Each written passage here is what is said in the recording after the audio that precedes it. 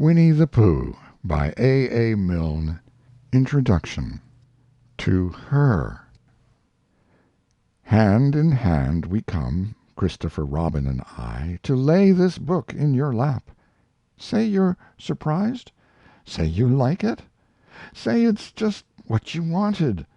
Because it's yours.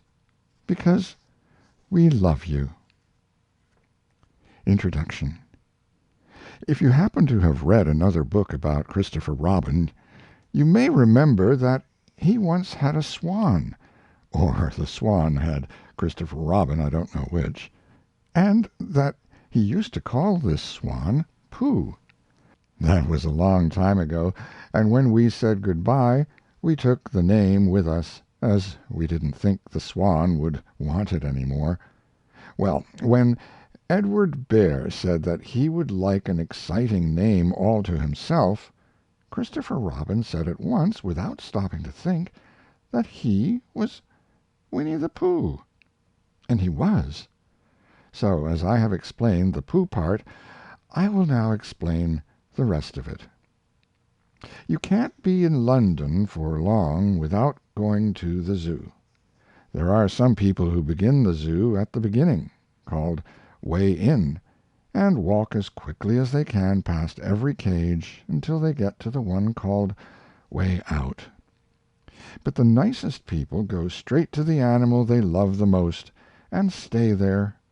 So, when Christopher Robin goes to the Zoo, he goes to where the polar bears are, and he whispers something to the third keeper from the left, and doors are unlocked, and we wander through dark passages and up steep stairs until at last we come to the special cage, and the cage is opened, and out trots something brown and furry, and with a happy cry of "Oh, Bear!" Christopher Robin rushes into its arms.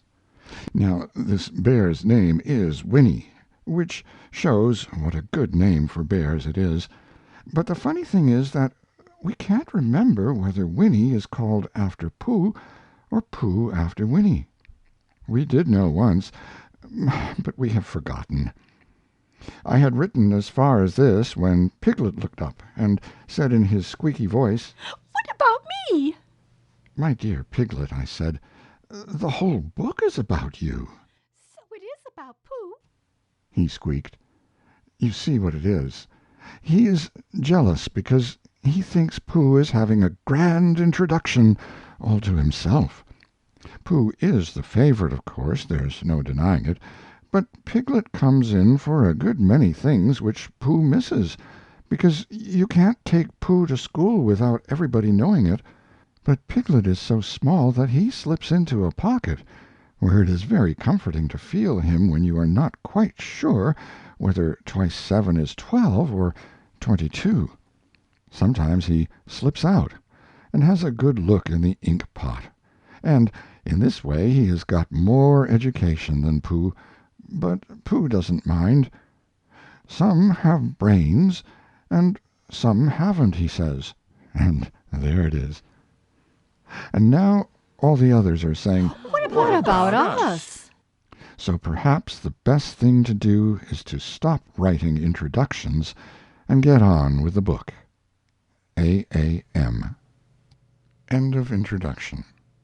Chapter 1, in which we are introduced to Winnie the Pooh and some bees, and the stories begin.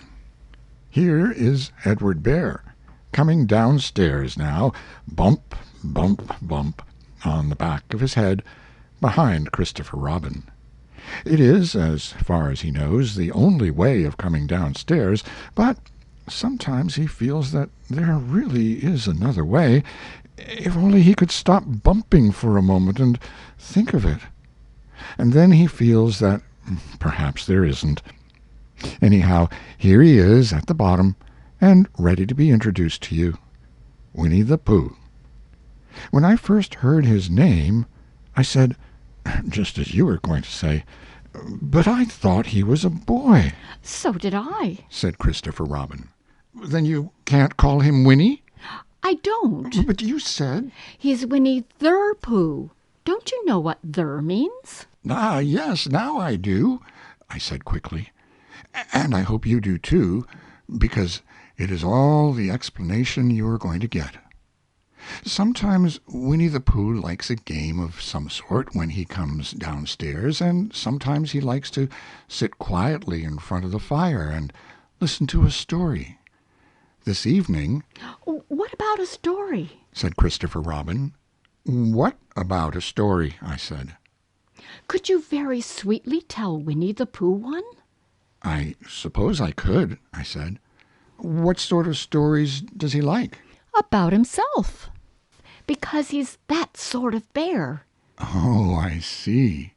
So could you very sweetly? I'll try, I said. So I tried. Once upon a time, a very long time ago now, about last Friday, Winnie the Pooh lived in a forest all by himself, under the name of Sanders. What does under the name mean? Asked Christopher Robin. It means he had the name over the door in gold letters and lived under it. Winnie the Pooh wasn't quite sure, said Christopher Robin. Now I am, said a growly voice. Then I will go on, said I. One day, when he was out walking, he came to an open place in the middle of the forest, and in the middle of this place was a large oak tree, and from the top of the tree there came a loud buzzing noise. Winnie the Pooh sat down at the foot of the tree, put his head between his paws, and began to think. First of all he said to himself, "That buzzing noise means something. You don't get a buzzing noise like that, just buzzing and buzzing, without its meaning something. If there's a buzzing noise, somebody's making a buzzing noise, and the only reason for making a buzzing noise that I know of is because you're a bee." Then he thought another long time and said, "And the only reason for being a bee that I know of is making honey." And then he got up and said, "And the only reason for making honey is so as I can eat it." So he began to climb the tree. He climbed, and he climbed, and he climbed, and he climbed, and as he climbed he sang a little song to himself. It went like this: "Isn't it funny how a bear likes honey? Buzz, buzz, buzz. I wonder why he does." Then he climbed a little further, and a little further, and then just a little further. By that time he had thought of another song. "It's a very funny thought that if bears were bees, they'd build their nests at the bottom of trees, and that being so, if bees were bears, we shouldn't have to climb up all these stairs." He was getting rather tired by this time, so that is why he sang a complaining song. He was nearly there now, and if he just stood on that branch, crack! "Oh, help!" said Pooh, as he dropped 10 feet on the branch below him. "If only I hadn't," he said, as he bounced 20 feet on to the next branch. "You see, what I meant to do," he explained as he turned head over heels and crashed on to another branch 30 feet below, "what I meant to do, of course it was rather," he admitted, as he slithered very quickly through the next 6 branches. "It all comes, I suppose," he decided, as he said good-bye to the last branch, spun round 3 times, and flew gracefully into a gorse bush. "It all comes of liking honey so much. Oh, help!" He crawled out of the gorse bush, brushed the prickles from his nose, and began to think again. And the first person he thought of was Christopher Robin. Was that me? Said Christopher Robin in an awed voice, hardly daring to believe it. That was you. Christopher Robin said nothing, but his eyes got larger and larger, and his face got pinker and pinker. So Winnie the Pooh went round to his friend Christopher Robin, who lived behind a green door in another part of the forest. "Good morning, Christopher Robin," he said. Good morning, Winnie the Pooh, said you. "I wonder if you've got such a thing as a balloon about you." A balloon? "Yes, I just said to myself, coming along, I wonder if Christopher Robin has such a thing as a balloon about him. I just said it to myself, thinking of balloons and wondering." What do you want a balloon for? You said. Winnie the Pooh looked round to see that nobody was listening, put his paw to his mouth, and said in a deep whisper, "Honey." But you don't get honey with balloons. "I do," said Pooh. "Well, it just happened that you had been to a party the day before at the house of your friend Piglet, and you had balloons at the party. You had had a big green balloon, and one of Rabbit's relations had had a big blue one, and had left it behind, being really too young to go to a party at all, and so you had brought the green one and the blue one home with you." Which one would you like? You asked Pooh. He put his head between his paws and thought very carefully. "It's like this," he said. "When you go after honey with a balloon, the great thing is not to let the bees know you're coming. Now, if you have a green balloon, they might think you were only part of the tree, and not notice you. And if you have a blue balloon, they might think you were only part of the sky, and not notice you. And the question is, which is most likely?" Wouldn't they notice you underneath the balloon? You asked. "They might or they might not," said Winnie the Pooh. "You never can tell with bees." He thought for a moment and said, "I shall try to look like a small black cloud. That will deceive them." Then you had better have the blue balloon, you said, and so it was decided. Well, you both went out with the blue balloon, and you took your gun with you, just in case, as you always did, and Winnie the Pooh went to a very muddy place that he knew of, and rolled until he was black all over. And then, when the balloon was blown up as big, and you and Pooh were both holding on to the string, you let go suddenly, and Pooh Bear floated gracefully up into the sky and stayed there, level with the top of the tree, and about 20 feet away from it. Hooray! You shouted. "Isn't that fine?" shouted Winnie the Pooh down to you. "What do I look like?" You look like a bear holding onto a balloon, you said. "Not," said Pooh anxiously, "not like a small black cloud in a blue sky?" Not very much. "Ah, well, perhaps from up here it looks different. And, as I say, you never can tell with bees." There was no wind to blow him nearer to the tree, so there he stayed. He could see the honey, he could smell the honey, but he couldn't quite reach the honey.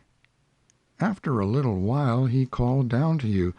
"Christopher Robin," he said in a loud whisper. Hello? I think the bees suspect something. What sort of thing? Why, I don't know, but something tells me that they're suspicious. Perhaps they think that you're after their honey. Well, it may be that. You never can tell with bees. There was another little silence, and then he called down to you again. Christopher Robin, Yes, have you an umbrella in your house? I think so. I wish you would bring it out here and walk up and down with it and look up at me every now and then and say, "Tut, tut, it looks like rain." I think if you did that, it would help the deception which we are practicing on these bees. Well, you laughed to yourself, Silly old bear. but you didn't say it aloud because you were so fond of him, and you went home for your umbrella. "Oh, there you are," called down Winnie the Pooh as soon as you got back to the tree. "I was beginning to get anxious. I have discovered that the bees are now definitely suspicious," Shall I put my umbrella up? you said. "Yes, but wait a moment. We must be practical. The important bee to deceive is the queen bee. Can you see which is the queen bee from down there?" No. Oh, pity. Well, now, if you walk up and down with your umbrella saying, "Tut, tut, it looks like rain," I shall do what I can by singing a little cloud song, such as a cloud might sing. Go." So while you walked up and down and wondered if it would rain, Winnie the Pooh sang this song: "How sweet to be a cloud floating in the blue! Every little cloud always sings aloud. How sweet to be a cloud floating in the blue! It makes him very proud to be a little cloud." The bees were still buzzing as suspiciously as ever. Some of them, indeed, left their nests and flew all around the cloud as it began the second verse of this song, and one bee sat down on the nose of the cloud for a moment and then got up again. "Christopher, ow, Robin," called out the cloud, Yes? "I have just been thinking, and I have come to a very important decision. These are the wrong sort of bees. Are they? Quite the wrong sort. So I should think they would make the wrong sort of honey, shouldn't you?" Would they? "Yes, so I think I shall come down." How? asked you. Winnie the Pooh hadn't thought about this. If he let go of the string he would fall, bump, and he didn't like the idea of that. So he thought for a long time, and then he said, "Christopher Robin, you must shoot the balloon with your gun. Have you got your gun?" Of course I have. you said. But if I do that, it will spoil the balloon. You said. "But if you don't," said Pooh, "I shall have to let go, and that would spoil me." When he put it like this, you saw how it was, and you aimed very carefully at the balloon and fired. "Ow!" said Pooh. Did I miss? You asked. "You didn't exactly miss," said Pooh, "but you missed the balloon," I'm so sorry.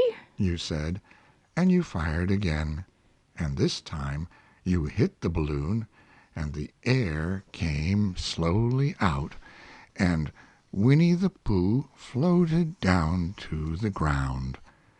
But his arms were so stiff from holding on to the string of the balloon all that time that they stayed up straight in the air for more than a week, and whenever a fly came and settled on his nose, he had to blow it off.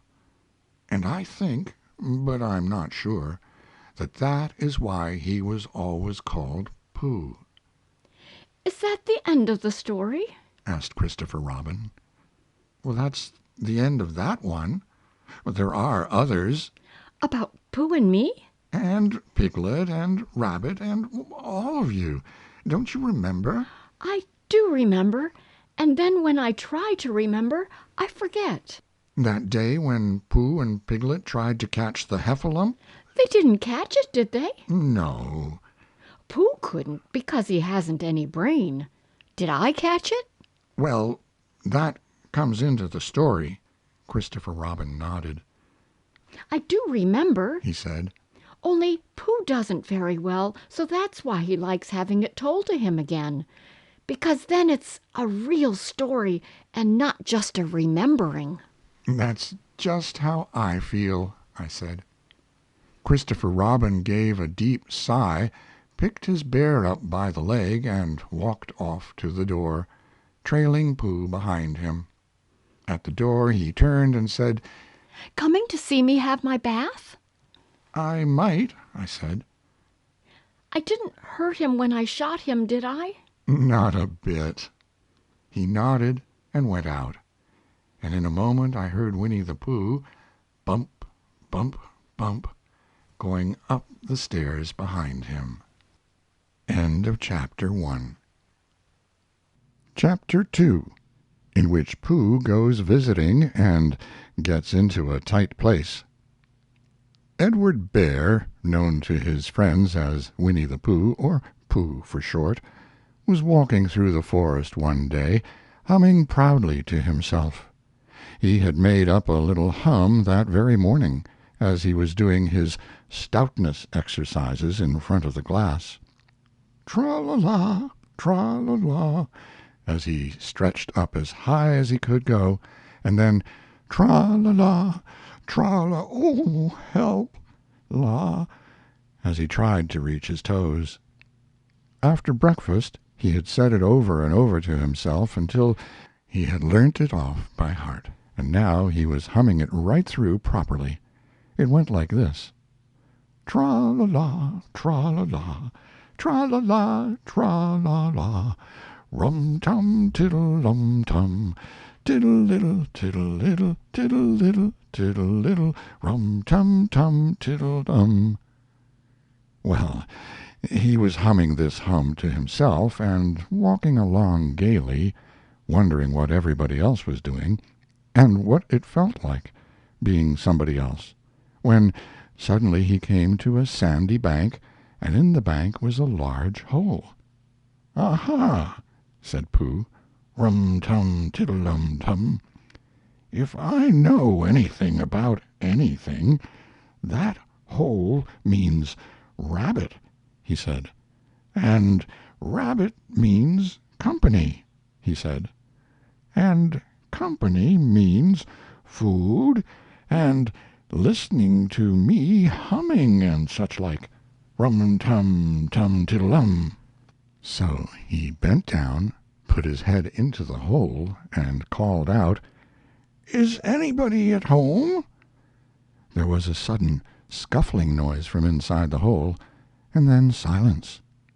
"What I said was, 'Is anybody at home?'"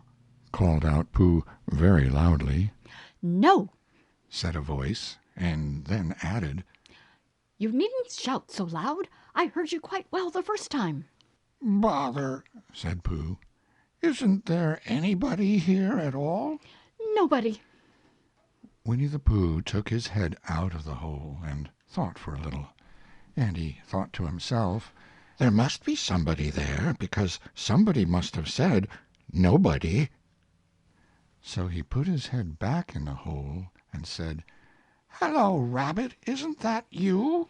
No. said Rabbit, in a different sort of voice this time. "But isn't that Rabbit's voice?" I don't think so. said Rabbit. It isn't meant to be. "Oh," said Pooh. He took his head out of the hole and had another think, and then he put it back and said, "Well, could you very kindly tell me where Rabbit is?" "He has gone to see his friend Pooh Bear, who is a great friend of his." "But this is me," said Bear, very much surprised. "What sort of me?" "Pooh Bear," "Are you sure?" said Rabbit, still more surprised. "Quite sure," said Pooh. "Oh, well then, come in." So Pooh pushed and pushed and pushed his way through the hole, and at last he got in.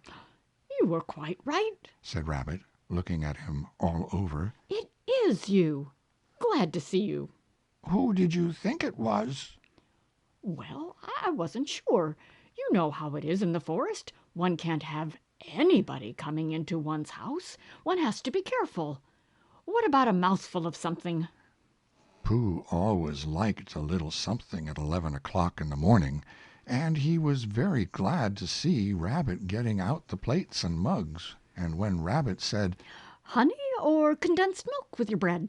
he was so excited that he said, "Both," and then, so as not to seem greedy, he added, "But don't bother about the bread, please."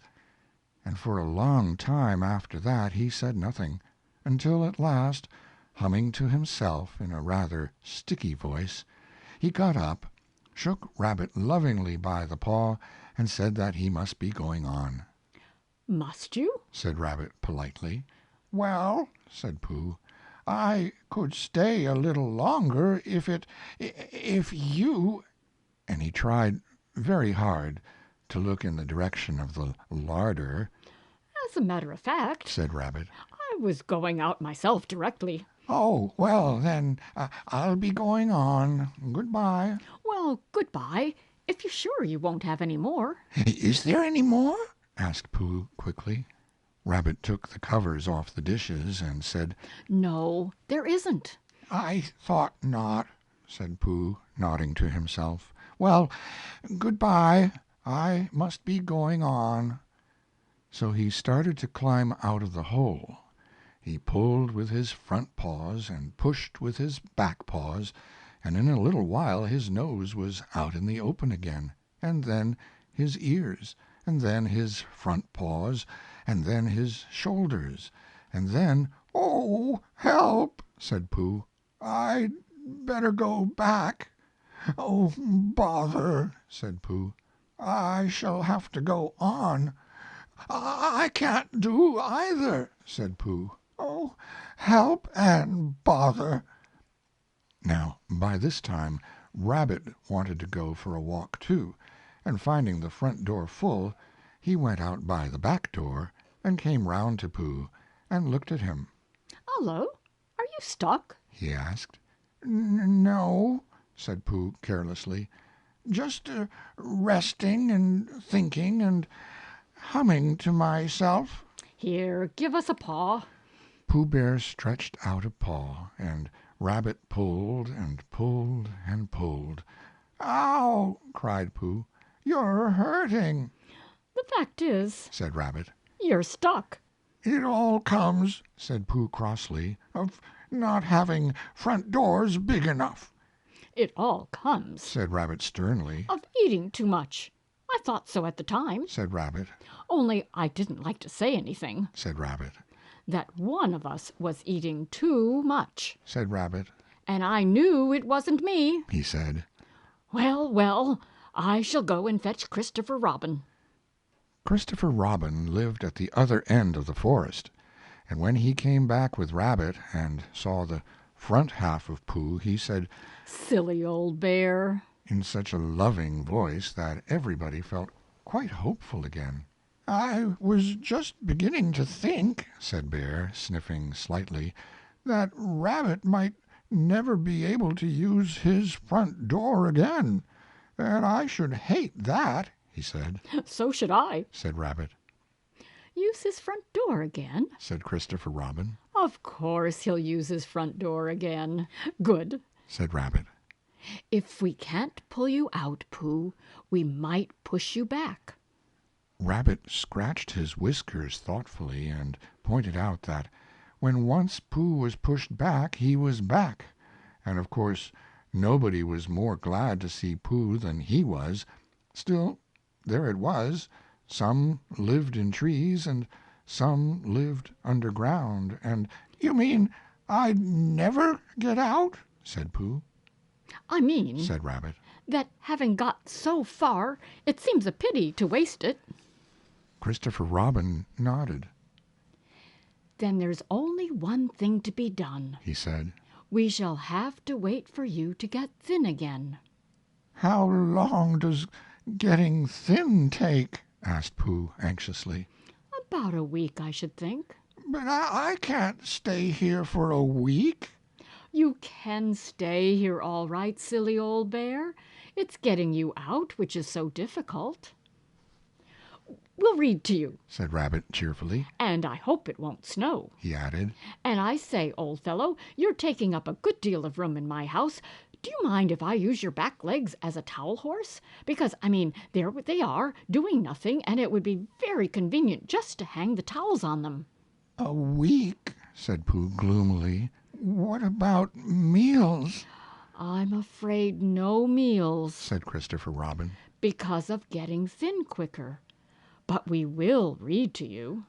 Bear began to sigh, and then found he couldn't because he was so tightly stuck, and a tear rolled down his eye as he said, Then would you read a sustaining book, such as would help and comfort a wedged bear in great tightness? So for a week Christopher Robin read that sort of book at the north end of Pooh, and Rabbit hung his washing on the south end, and in between Bear felt himself getting slenderer and slenderer, and at the end of the week Christopher Robin said, Now, so he took hold of Pooh's front paws, and Rabbit took hold of Christopher Robin, and all Rabbit's friends and relations took hold of Rabbit, and they all pulled together. And for a long time Pooh only said, Ow! and Oh! and then all of a sudden he said, Pop! just as if a cork were coming out of a bottle. And Christopher Robin and Rabbit and all Rabbit's friends and relations went head over heels backwards, and on top of them came Winnie the Pooh free. So, with a nod of thanks to his friends, he went on with his walk through the forest, humming proudly to himself. But Christopher Robin looked after him lovingly and said to himself, silly old bear. End of Chapter 2. Chapter 3, in which Pooh and Piglet go hunting and nearly catch a woozle. The Piglet lived in a very grand house in the middle of a beech tree, and the beech tree was in the middle of the forest, and the Piglet lived in the middle of the house. Next to his house was a piece of broken board which had Trespassers W on it. When Christopher Robin asked the Piglet what it meant, he said it was his grandfather's name, and had been in the family for a long time.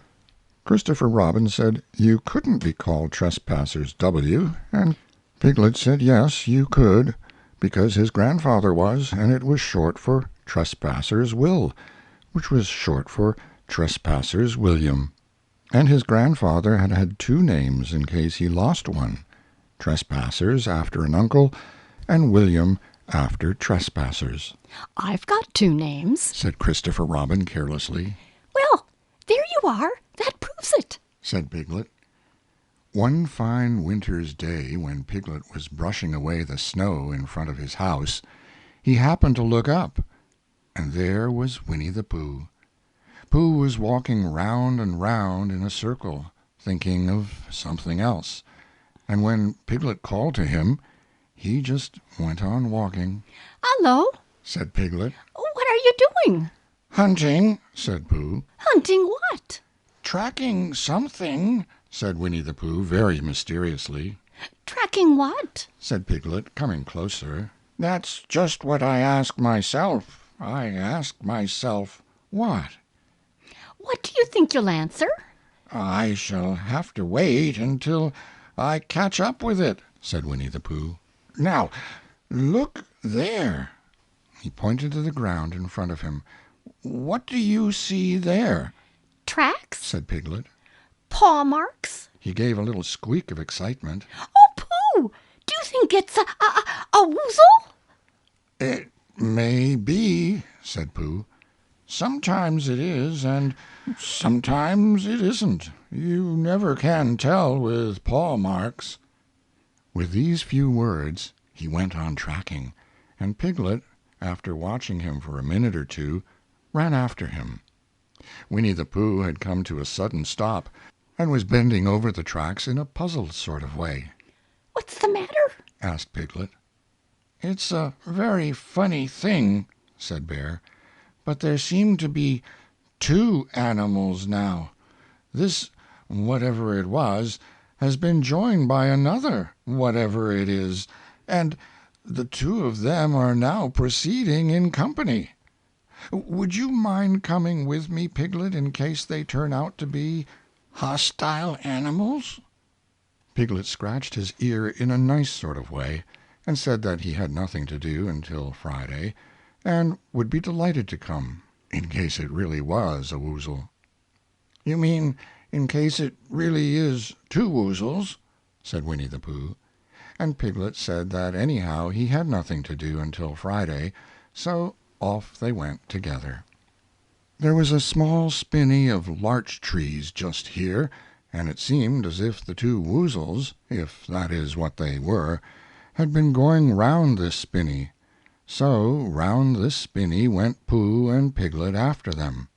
Piglet passing the time by telling Pooh what his grandfather Trespassers W had done to remove stiffness after tracking, and how his grandfather Trespassers W had suffered in his later years from shortness of breath, and other matters of interest, and Pooh wondering what a grandfather was like, and if perhaps this was two grandfathers they were after now, and, if so, whether he would be allowed to take one home and keep it, and what Christopher Robin would say.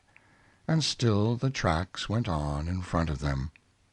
Suddenly Winnie the Pooh stopped, and pointed excitedly in front of him. "Look!" What? said Piglet, with a jump. And then, to show that he hadn't been frightened, he jumped up and down once or twice in an exercising sort of way. "The tracks," said Pooh. "A third animal has joined the other two." Pooh, cried Piglet. do you think it is another woozle? "No," said Pooh, "because it makes different marks. It is either two woozles and one, as it might be, wizzle, or two, as it might be, wizzles and one, if so it is, woozle. Let us continue to follow them." So they went on, feeling just a little anxious now, in case the three animals in front of them were of hostile intent, and Piglet wished very much that his grandfather T.W. were there instead of elsewhere, and Pooh thought how nice it would be if they met Christopher Robin suddenly, but quite accidentally, and only because he liked Christopher Robin so much. And then, all of a sudden, Winnie the Pooh stopped again, and licked the tip of his nose in a cooling manner, for he was feeling more hot and anxious than ever in his life before. There were 4 animals in front of them. "Do you see, Piglet? Look at their tracks. 3, as it were, woozles, and 1, as it was, wizzle. Another woozle has joined them." And so it seemed to be. There were the tracks, crossing over each other here, getting muddled up with each other there, but quite plainly every now and then the tracks of 4 sets of paws. I think, said Piglet, when he had licked the tip of his nose too, and found that it brought very little comfort. I think that I have just remembered something. I have just remembered something that I forgot to do yesterday and shan't be able to do tomorrow. So I suppose I really ought to go back and do it now. "We'll do it this afternoon, and I'll come with you," said Pooh. It isn't the sort of thing you can do in the afternoon, said Piglet quickly. It's a very particular morning thing that has to be done in the morning, and, if possible, between the hours of... What would you say the time was? About 12, said Winnie the Pooh, looking at the sun. Between, as I was saying, the hours of 12 and 12:05. So really, dear old Pooh, if you'll excuse me... What's that? Pooh looked up at the sky, and then, as he heard the whistle again, he looked up into the branches of a big oak tree, and then he saw a friend of his. "It's Christopher Robin," he said. Ah, then you'll be all right, said Piglet. You'll be quite safe with him. Goodbye. And he trotted off home as quickly as he could, very glad to be out of all danger again. Christopher Robin came slowly down his tree. Silly old bear, he said. What were you doing? First you went round the spinney twice by yourself, and then Piglet ran after you, and you went round again together, and then you were just going round a fourth time. Wait a moment, said Winnie the Pooh, holding up his paw. He sat down and thought, in the most thoughtful way he could think. Then he fitted his paw into one of the tracks, and then he scratched his nose twice and stood up. "Yes," said Winnie the Pooh. "I see now," said Winnie the Pooh. "I have been foolish and deluded," said he, "and I am a bear of no brain at all." You're the best bear in all the world, said Christopher Robin soothingly.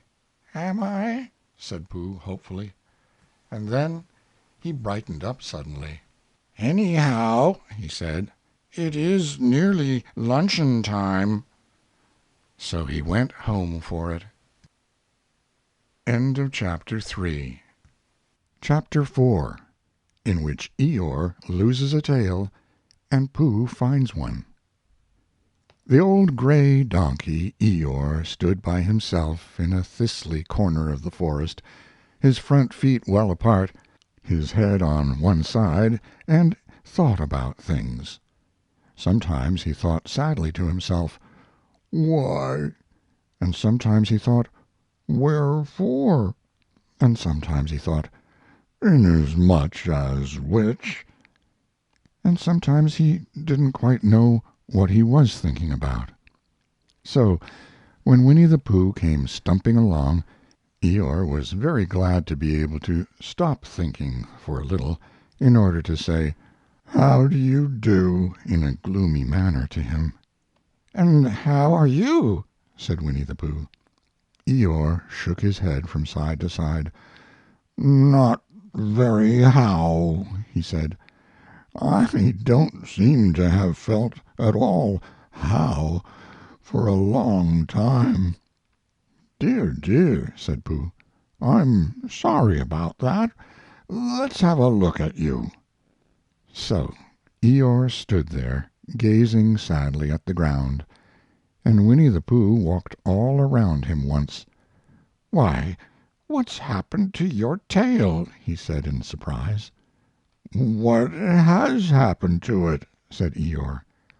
"It isn't there." "Are you sure?" "Well, either a tail is there or it isn't there. You can't make a mistake about it, and yours isn't there." "Then what is?" "Nothing."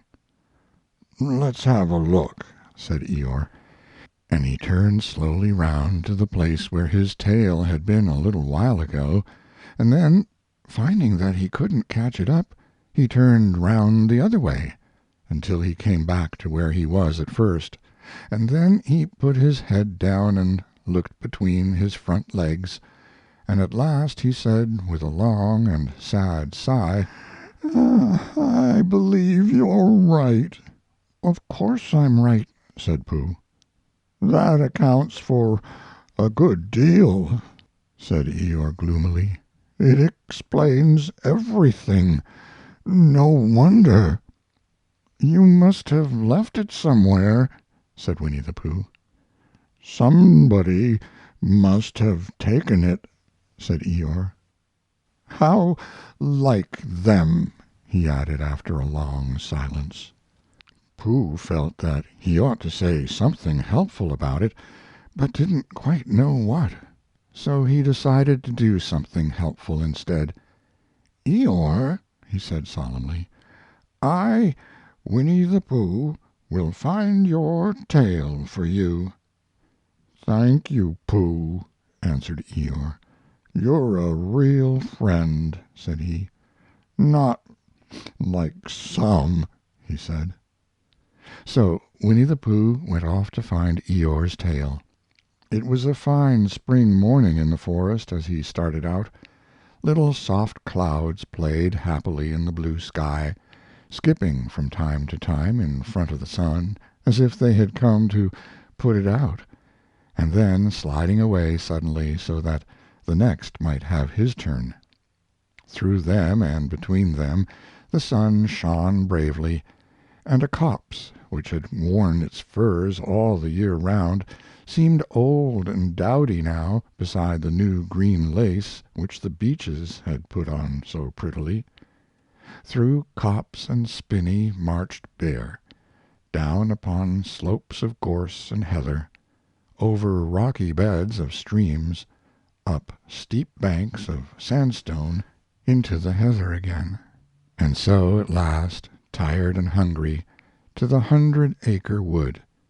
For it was in the 100-acre wood that Owl lived. "And if anyone knows anything about anything," said Bear to himself, "it's Owl, who knows something about something," he said.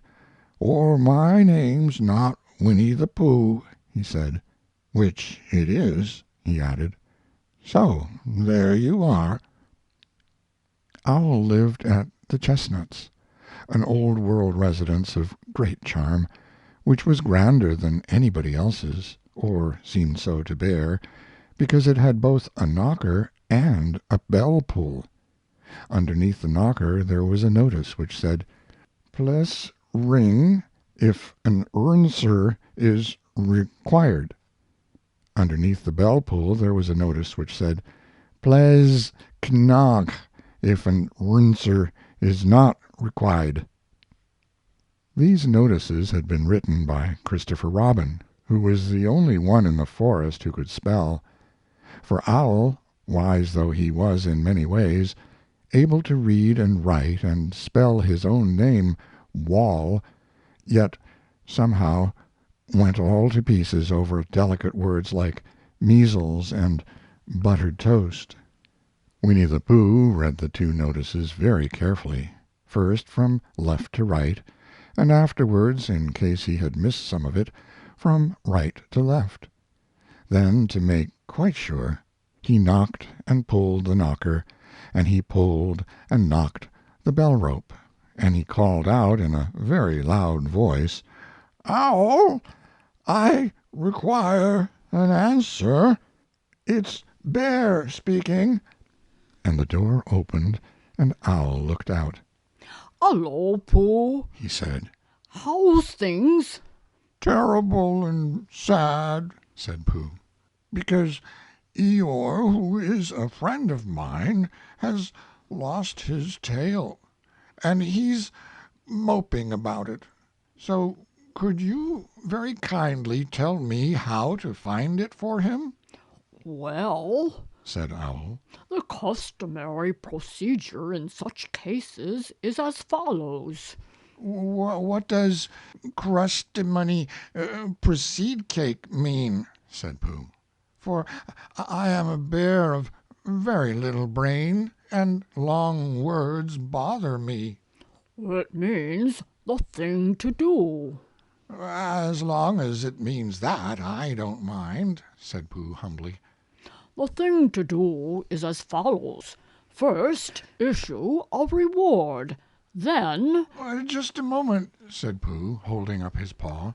"What do we do to this what you were saying? You sneezed just as you were going to tell me." I didn't sneeze. "Oh, yes, you did, Owl." Excuse me, Pooh. I didn't. You can't sneeze without knowing it. "Well, you can't know it without something having been sneezed." What I said was, first issue a reward. You're doing it again," said Pooh sadly. A reward. Said Owl very loudly. We write a notice to say that we will give a large something to anybody who finds Eeyore's tail. I see, said Pooh, nodding his head. "Talking about large somethings," he went on dreamily, "I generally have a small something about now, about this time in the morning." And he looked wistfully at the cupboard in the corner of Owl's parlor. "Just a mouthful of condensed milk or what not, with perhaps a lick of honey." Well, then, said Owl, we write out this notice and we put it up all over the forest. "A lick of honey," murmured Bear to himself, or not, as the case may be." And he gave a deep sigh, and tried very hard to listen to what Owl was saying.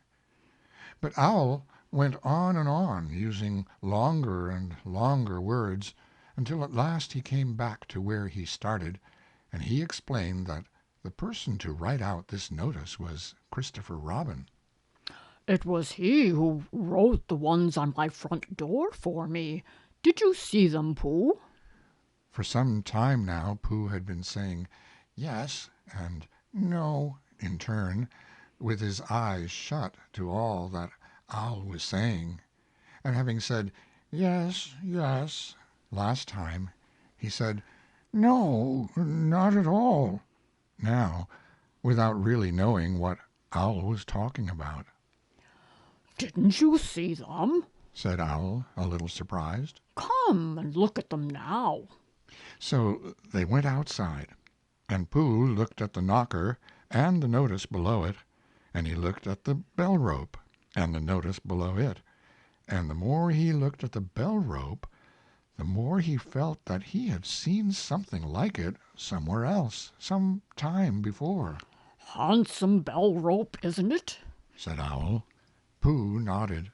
"It reminds me of something," he said, "but I can't think what. Where did you get it?" I just came across it in the forest. It was hanging over a bush, and I thought at first somebody lived there. So I rang it, and nothing happened. And then I rang it again very loudly, and it came off in my hand. And as nobody seemed to want it, I took it home and— "Owl," said Pooh solemnly, "you made a mistake. Somebody did want it. Who? Eeyore, my dear friend Eeyore. He was fond of it." Fond of it? "Attached to it," said Winnie the Pooh sadly. So with these words he unhooked it and carried it back to Eeyore, and when Christopher Robin had nailed it on in its right place again, Eeyore frisked about the forest, waving his tail so happily that Winnie the Pooh came over all funny, and had to hurry home for a little snack of something to sustain him, and, wiping his mouth, half an hour afterwards, he sang to himself proudly, "Who found the tail? I," said Pooh, "at 1:45, only it was 11:15, really. I found the tail." End of Chapter 4. Chapter 5, in which Piglet meets a heffalump. One day when Christopher Robin and Winnie the Pooh and Piglet were all talking together, Christopher Robin finished the mouthful he was eating and said carelessly, I saw a heffalump today, Piglet. What was it doing? asked Piglet. Just lumping along, said Christopher Robin. I don't think it saw me. I saw one once. Said Piglet. At least, I think I did. He said. Only perhaps it wasn't. So did I, said Pooh, wondering what a heffalump was like. You don't often see them. Said Christopher Robin carelessly. Not now. Said Piglet. Not at this time of year, said Pooh. Then they all talked about something else, until it was time for Pooh and Piglet to go home together. At first they stumped along the path which edged the 100-acre wood. They didn't say much to each other, but when they came to the stream, and had helped each other across the stepping-stones, and were able to walk side by side again over the heather, they began to talk in a friendly way about this and that, and Piglet said, If you see what I mean, Pooh. and Pooh said, it's just what I think myself, Piglet. and Piglet said, But on the other hand, Pooh, we must remember. and Pooh said, Quite true, Piglet, although I had forgotten it for the moment. and then just as they came to the 6 pine trees, Pooh looked round to see that nobody else was listening, and said in a very solemn voice, Piglet, I have decided something. What have you decided, Pooh? I have decided to catch a heffalump. Pooh nodded his head several times as he said this, and waited for Piglet to say how, or Pooh, you couldn't, or something helpful of that sort, but Piglet said nothing. The fact was, Piglet was wishing that he had thought about it first. I shall do it, said Pooh, after waiting a little longer, by means of a trap, and it must be a cunning trap. So you will have to help me, Piglet. Pooh, said Piglet, feeling quite happy again now. I will. And then he said, How shall we do it? and Pooh said, That's just it. How? and then they sat down together to think it out. Pooh's first idea was that they should dig a very deep pit, and then the heffalump would come along and fall into the pit, and Why? said Piglet. Why, what? Said Pooh. Why would he fall in? Pooh rubbed his nose with his paw, and said that the heffalump might be walking along, humming a little song, and looking up at the sky, wondering if it would rain, and so he wouldn't see the very deep pit until he was halfway down, when it would be too late. Piglet said that this was a very good trap, but supposing it were raining already? Pooh rubbed his nose again, and said that he hadn't thought of that. And then he brightened up and said that if it were raining already, the heffalump would be looking at the sky, wondering if it would clear up, and so he wouldn't see the very deep pit until he was halfway down, when it would be too late. Piglet said that, now that this point had been explained, he thought it was a cunning trap. Pooh was very proud when he heard this, and he felt that the heffalump was as good as caught already. But there was just one other thing which had to be thought about, and it was this: where should they dig the very deep pit? Piglet said that the best place would be somewhere where a heffalump was, just before he fell into it, only about a foot farther on. But then he would see us digging it, said Pooh. Not if he was looking at the sky.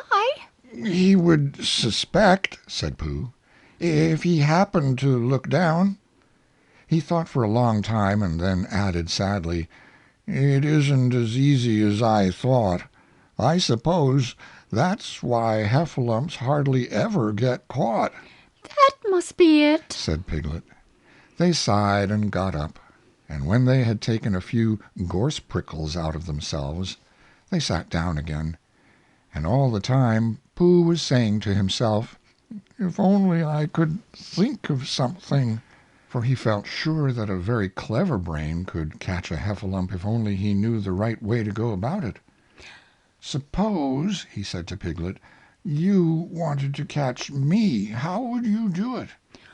Well, said Piglet. I should do it like this.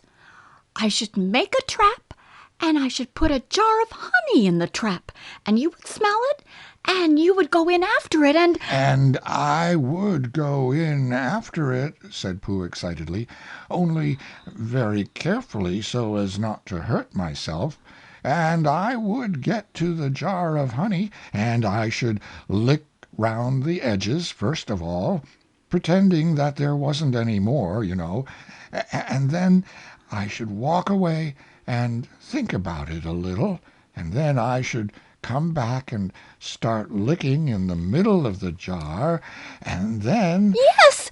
Well, never mind about that. There you would be, and there I should catch you. Now the first thing to think of is, what do heffalumps like? I should think acorns, shouldn't you? We'll get a lot of— I say, wake up, Pooh. Pooh, who had gone into a happy dream, woke up with a start, and said that honey was a much more trappy thing than haycorns.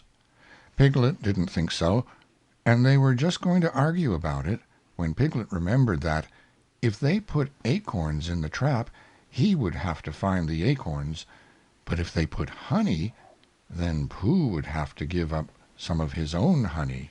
So he said, All right, honey then. just as Pooh remembered it too, and was going to say, "All right, acorns," Honey. said Piglet to himself in a thoughtful way, as if it were now settled. I'll dig the pit while you go and get the honey. "Very well," said Pooh, and he stumped off.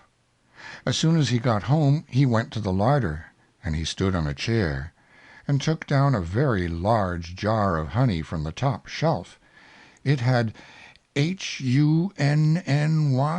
written on it, but just to make sure he took off the paper cover and looked at it, and it looked just like honey.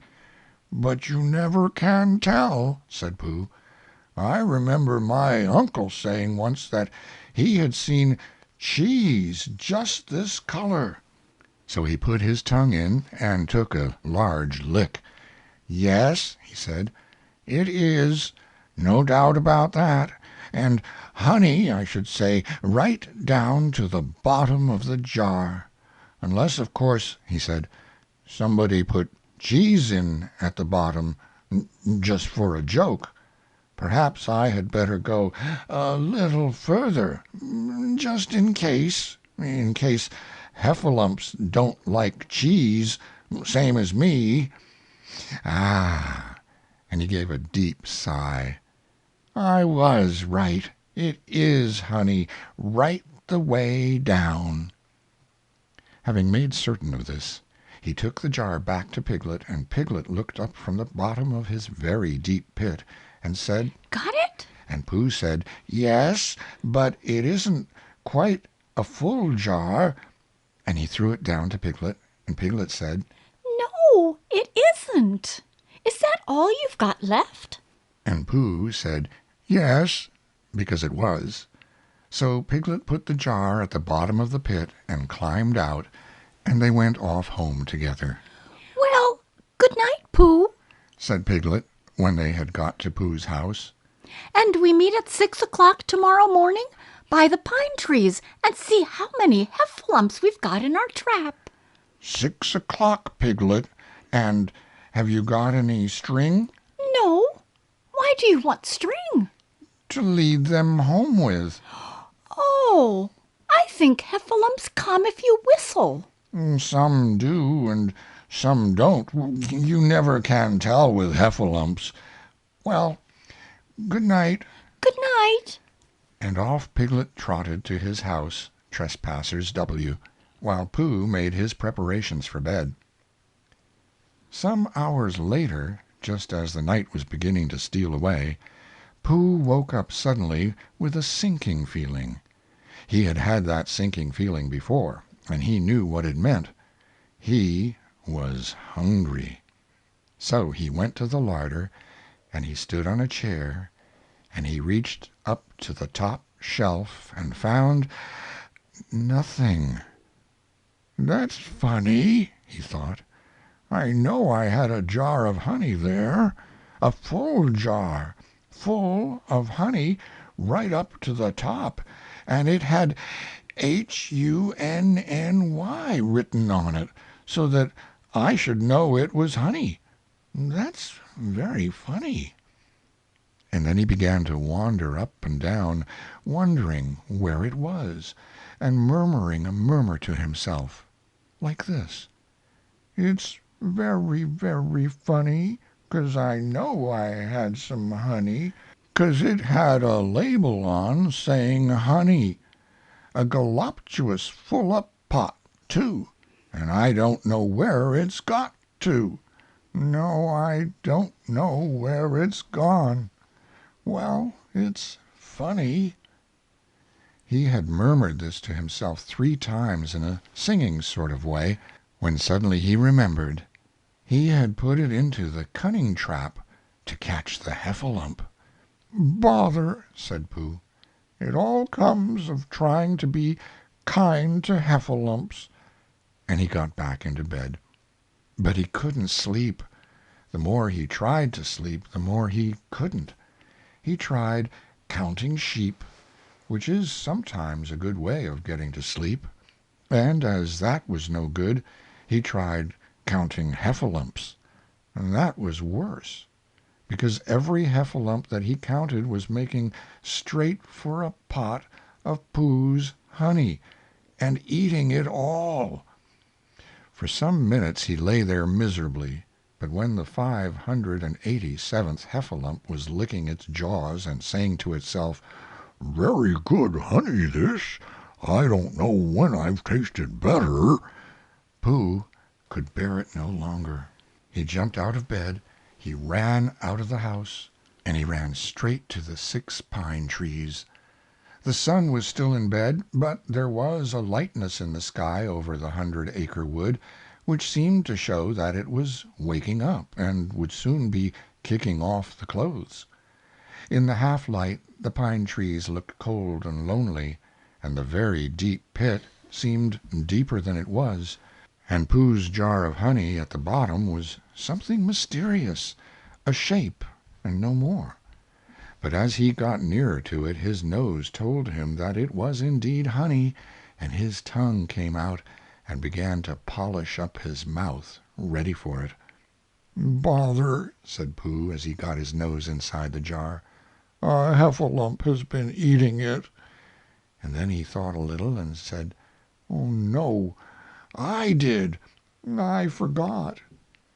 Indeed, he had eaten most of it, but there was a little left at the very bottom of the jar, and he pushed his head right in and began to lick. By and by Piglet woke up.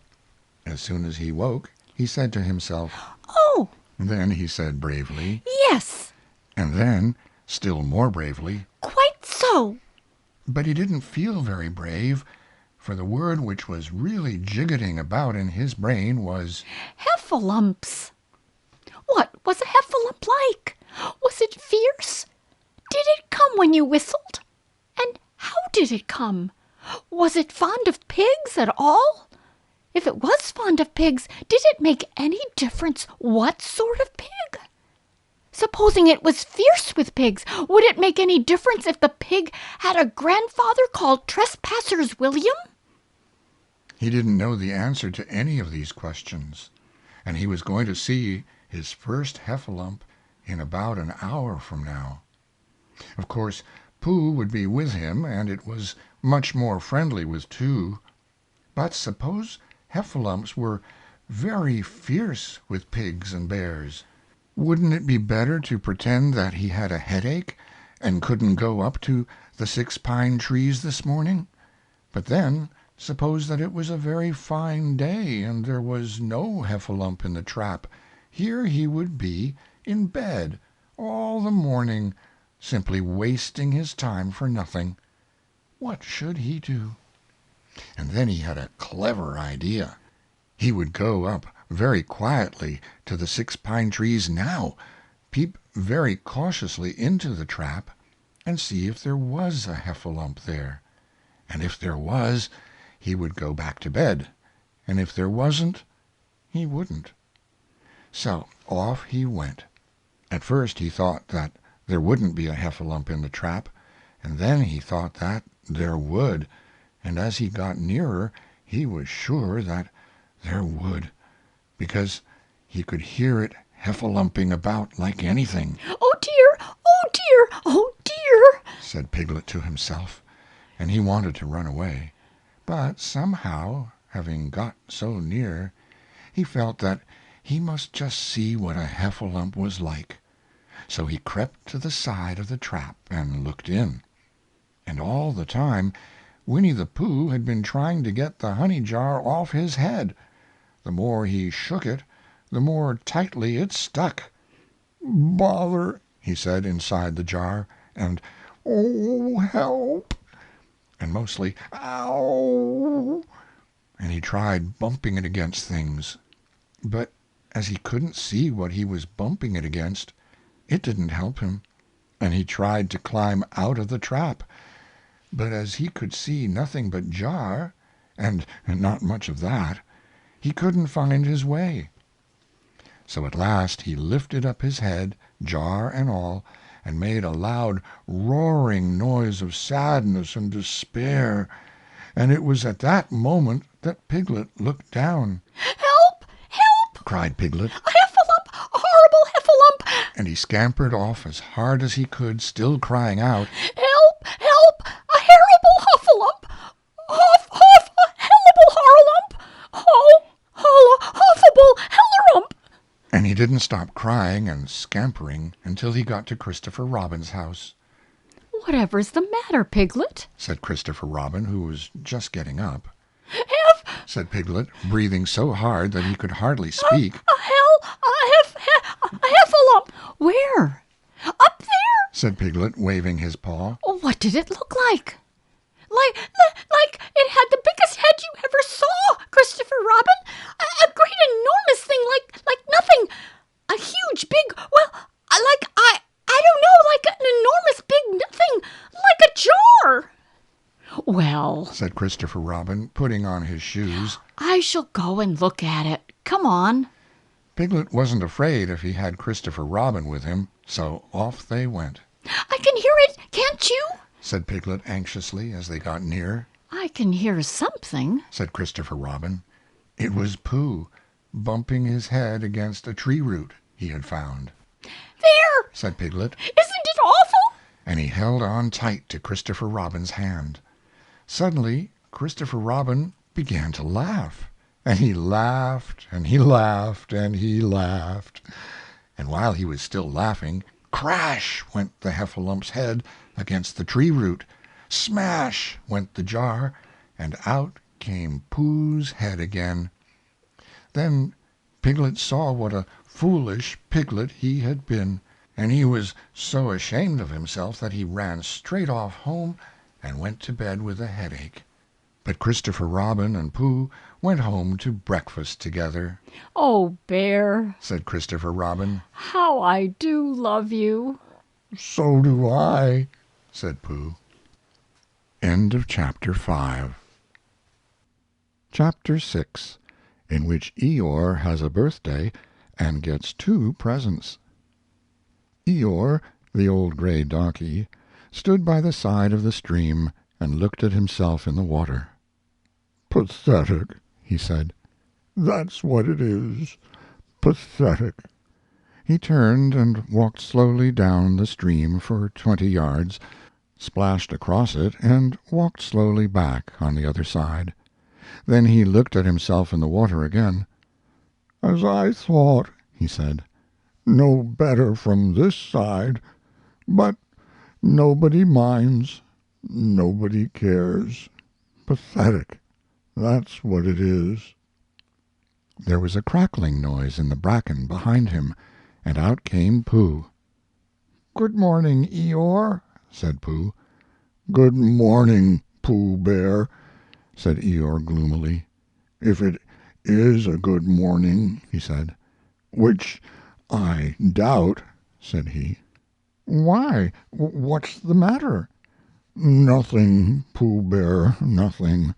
We can't all, and some of us don't. That's all there is to it." "Can't all what?" said Pooh, rubbing his nose. "Gaiety, song and dance.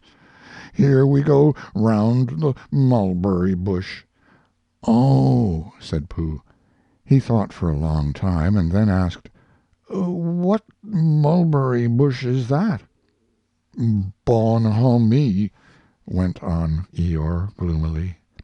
"French word meaning bonhomie," he explained. "I'm not complaining, but there it is." Pooh sat down on a large stone and tried to think this out. It sounded to him like a riddle, and he was never much good at riddles, being a bear of very little brain. So he sang Coddleston Pie instead.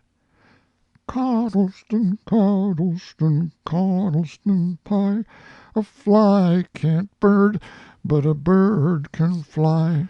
Ask me a riddle and I reply, Coddleston, Coddleston, Coddleston pie." That was the first verse. When he had finished it, Eeyore didn't actually say that he didn't like it, so Pooh very kindly sang the second verse to him. "Coddleston, Coddleston, Coddleston pie, a fish can't whistle, and neither can I. Ask me a riddle, and I reply, Coddleston, Coddleston, Coddleston pie." Eeyore still said nothing at all, so Pooh hummed the third verse quietly to himself. "Coddleston, Coddleston, Coddleston pie, why does a chicken, I don't know why.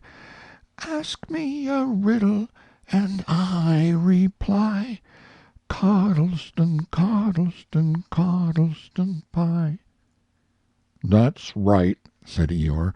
"Sing, Umpty tiddly umpty too, here we go gathering nuts in May. Enjoy yourself." "I am," said Pooh. "Some can," said Eeyore. "Why, what's the matter?" "Is anything the matter?" "You seem so sad, Eeyore." "Sad? Why should I be sad? It's my birthday, the happiest day of the year." "Your birthday?" said Pooh in great surprise. "Of course it is. Can't you see? Look at all the presents I have had." He waved a foot from side to side. "Look at the birthday cake, candles, and pink sugar." Pooh looked, first to the right and then to the left. "Presents?" said Pooh. "Birthday cake?" said Pooh. "Where?" "Can't you see them?" "No," said Pooh. "Neither can I," said Eeyore. "Joke!" he exclaimed. "Ha, ha!" Pooh scratched his head, being a little puzzled by all this. "But is it really your birthday?" he asked. "It is." "Oh, well, many happy returns of the day, Eeyore." "And many happy returns to you, Pooh Bear." "But it isn't my birthday." "No, it's mine." "But you said 'many happy returns.'" "Well, why not? You don't always want to be miserable on my birthday, do you?" "Oh, I see," said Pooh. "It's bad enough," said Eeyore, almost breaking down, "being miserable myself, what with no presents, and no cake, and no candles, and no proper notice taken of me at all. But if everybody else is going to be miserable too." This was too much for Pooh. Stay there," he called to Eeyore, as he turned and hurried back home as quick as he could, for he felt that he must get poor Eeyore a present of some sort at once, and he could always think of a proper one afterwards. Outside his house he found Piglet, jumping up and down, trying to reach the knocker. "Hello, Piglet," he said. Hello, Pooh. Said Piglet. "What are you trying to do?" I was trying to reach the knocker. said Piglet. I just came round. "Let me do it for you," said Pooh kindly. So he reached up and knocked at the door. "I have just seen Eeyore," he began, "and poor Eeyore is in a very sad condition, because it's his birthday, and nobody has taken any notice of it, and he's very gloomy. You know what Eeyore is, and there he was, and what a long time whoever lives here is answering this door." And he knocked again. But, Pooh, Said Piglet. it's your own house. "Oh," said Pooh. "So it is," he said. "Well, let's go in." So in they went. The first thing Pooh did was to go to the cupboard to see if he had quite a small jar of honey left, and he had, so he took it down. "I'm giving this to Eeyore," he explained, "as a present. What are you going to give?" Couldn't I give it too? said Piglet. From both of us? "No," said Pooh, "that would not be a good plan." All right, then. I'll give him a balloon. I've got one left from my party. I'll go and get it now, shall I? "That, Piglet, is a very good idea. It is just what Eeyore wants to cheer him up. Nobody can be uncheered with a balloon." So off Piglet trotted, and in the other direction went Pooh with his jar of honey. It was a warm day, and he had a long way to go. He hadn't gone more than halfway when a sort of funny feeling began to creep all over him. It began at the tip of his nose, and trickled all through him and out at the soles of his feet. It was just as if somebody inside him were saying, "Now then, Pooh, time for a little something." "Dear, dear," said Pooh, "I didn't know it was as late as that." So he sat down and took the top off his jar of honey. "Lucky I brought this with me," he thought. "Many a bear going out on a warm day like this would never have thought of bringing a little something with him." And he began to eat. "Now let me see," he thought, as he took his last lick of the inside of the jar. "Where was I going? Ah, yes, Eeyore." He got up slowly, and then suddenly he remembered. He had eaten Eeyore's birthday present. "Bother!" said Pooh. "What shall I do? I must give him something." For a little while he couldn't think of anything. Then he thought, "Well, it's a very nice pot, even if there's no honey in it, and if I washed it clean and got somebody to write a happy birthday on it, Eeyore could keep things in it which might be useful." So as he was just passing the 100-acre wood, he went inside to call on Owl, who lived there. "Good morning, Owl," he said. Good morning, Pooh. Said Owl. "Many happy returns of Eeyore's birthday," said Pooh. Oh, is that what it is? "What are you giving him, Owl?" What are you giving him, Pooh? "I'm giving him a useful pot to keep things in, and I wanted to ask you—" Is this it? said Owl, taking it out of Pooh's paw. "Yes, and I wanted to ask you—" Somebody has been keeping honey in it. said Owl. "You can keep anything in it," said Pooh earnestly, It's very useful like that, and I wanted to ask you. You ought to write a happy birthday on it. That was what I wanted to ask you, said Pooh, because my spelling is wobbly. It's good spelling, but it wobbles, and the letters get in the wrong places. Would you write a happy birthday on it for me? It's a nice pot. Said Owl, looking at it all around. Couldn't I give it too, from both of us? No, said Pooh. That would not be a good plan. Now, I'll just wash it first, and then you can write on it.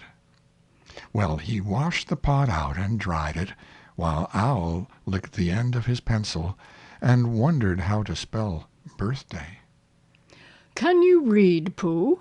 He asked a little anxiously. There's a notice about knocking and ringing outside my door, which Christopher Robin wrote. Could you read it? Christopher Robin told me what it said, and then I could. Well, I'll tell you what this says, and then you'll be able to. So Owl wrote, and this is what he wrote.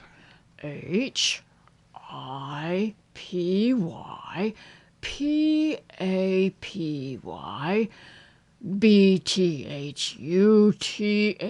BTHUTHDTH THUTHDA BTHUTHDY. Pooh looked on admiringly. I'm just saying a happy birthday, said Owl carelessly. It's a nice long one, said Pooh, very much impressed by it. Well, actually, of course, I'm saying a very happy birthday with love from Pooh. Naturally, it takes a good deal of pencil to say a long thing like that. Oh, I see, said Pooh. While all this was happening, Piglet had gone back to his own house to get Eeyore's balloon. He held it very tightly against himself so that it shouldn't blow away, and he ran as fast as he could so as to get to Eeyore before Pooh did, for he thought that he would like to be the first one to give a present, just as if he had thought of it without being told by anybody. And running along, and thinking how pleased Eeyore would be, he didn't look where he was going, and suddenly he put his foot in a rabbit hole and fell down flat on his face. Bang! Piglet lay there, wondering what had happened. At first he thought that the whole world had blown up, and then he thought that perhaps only the forest part of it had, and then he thought that perhaps only he had, and he was now alone in the moon or somewhere, and would never see Christopher Robin or Pooh or Eeyore again. And then he thought, Well, even if I'm in the moon, I needn't be face downwards all the time. So he got cautiously up and looked about him. He was still in the forest. Well, that's funny. He thought. I wonder what that bang was. I couldn't have made such a noise just falling down. And where's my balloon? And what's that small piece of damp rag doing? It was the balloon, Oh, dear, said Piglet. oh, dear, oh, dearie, dearie, dear. Well, it's too late now. I can't go back, and I haven't another balloon, and perhaps Eeyore doesn't like balloons so very much. So he trotted on, rather sadly now, and down he came to the side of the stream where Eeyore was, and called out to him. Good morning, Eeyore, Shouted Piglet. Good morning, little Piglet, said Eeyore. If it is a good morning, he said. Which I doubt, said he. Not that it matters, he said. Many happy returns of the day, said Piglet, having now got closer. Eeyore stopped looking at himself in the stream and turned to stare at Piglet. Just say that again, he said. Many Wait a moment. Balancing on 3 legs, he began to bring his 4th leg very cautiously up to his ear. I did this yesterday, he explained, as he fell down for the 3rd time. It's quite easy. It's so as I can hear better. There, that's done it. Now then, what were you saying? He pushed his ear forward with his hoof. Many happy returns of the day, Said Piglet again. Meaning me? of course, Eeyore. My birthday? Yes. Me having a real birthday? Yes, Eeyore, and I've brought you a present. Eeyore took down his right hoof from his right ear, turned round, and with great difficulty put up his left hoof. I must have that in the other ear, he said. Now then, A present. said Piglet very loudly. Meaning me again? Yes, My birthday still? of course, Eeyore. Me going on having a real birthday? Yes, Eeyore, and I brought you a balloon. Balloon, said Eeyore. You did say balloon, one of those big colored things you blow up? Gaiety, song and dance. Here we are and there we are. Yes, but I'm very sorry, Eeyore, but when I was running along to bring it to you, I fell down. Dear, dear, how unlucky. You ran too fast, I expect. You didn't hurt yourself, little Piglet? No, but oh, Eeyore, I burst the balloon. There was a long silence. My balloon? Said Eeyore at last. Piglet nodded. My birthday balloon? Yes, Eeyore, Said Piglet, sniffing a little. here it is, with many happy returns of the day. And he gave Eeyore the small piece of damp rag. Is this it? Said Eeyore, a little surprised. Piglet nodded. My present? Piglet nodded again. The balloon? Yes, Thank you, Piglet, said Eeyore. You don't mind my asking, he went on, but what color was this balloon when it was a balloon? red. I just wondered. Red, he murmured to himself. My favorite color. How big was it? About as big as me. I just wondered. About as big as Piglet, he said to himself sadly. My favorite size. Well, well. Piglet felt very miserable and didn't know what to say. He was still opening his mouth to begin something, and then deciding that it wasn't any good saying that, when he heard a shout from the other side of the river, and there was Pooh. Many happy returns of the day, called out Pooh, forgetting that he had said it already. Thank you, Pooh, I'm having them, said Eeyore gloomily. I've brought you a little present, said Pooh excitedly. I've had it, said Eeyore. Pooh had now splashed across the stream to Eeyore, and Piglet was sitting a little way off, his head in his paws, snuffling to himself. It's a useful pot, said Pooh. Here it is, and it's got a very happy birthday with love from Pooh written on it. That's what all that writing is, and it's for putting things in. There.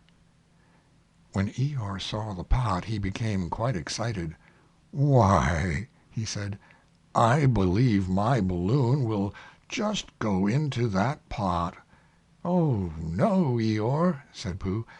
Balloons are much too big to go into pots. What you do with a balloon is you hold the balloon. Not mine, said Eeyore proudly. Look, Piglet. And as Piglet looked sorrowfully round, Eeyore picked the balloon up with his teeth and placed it carefully in the pot.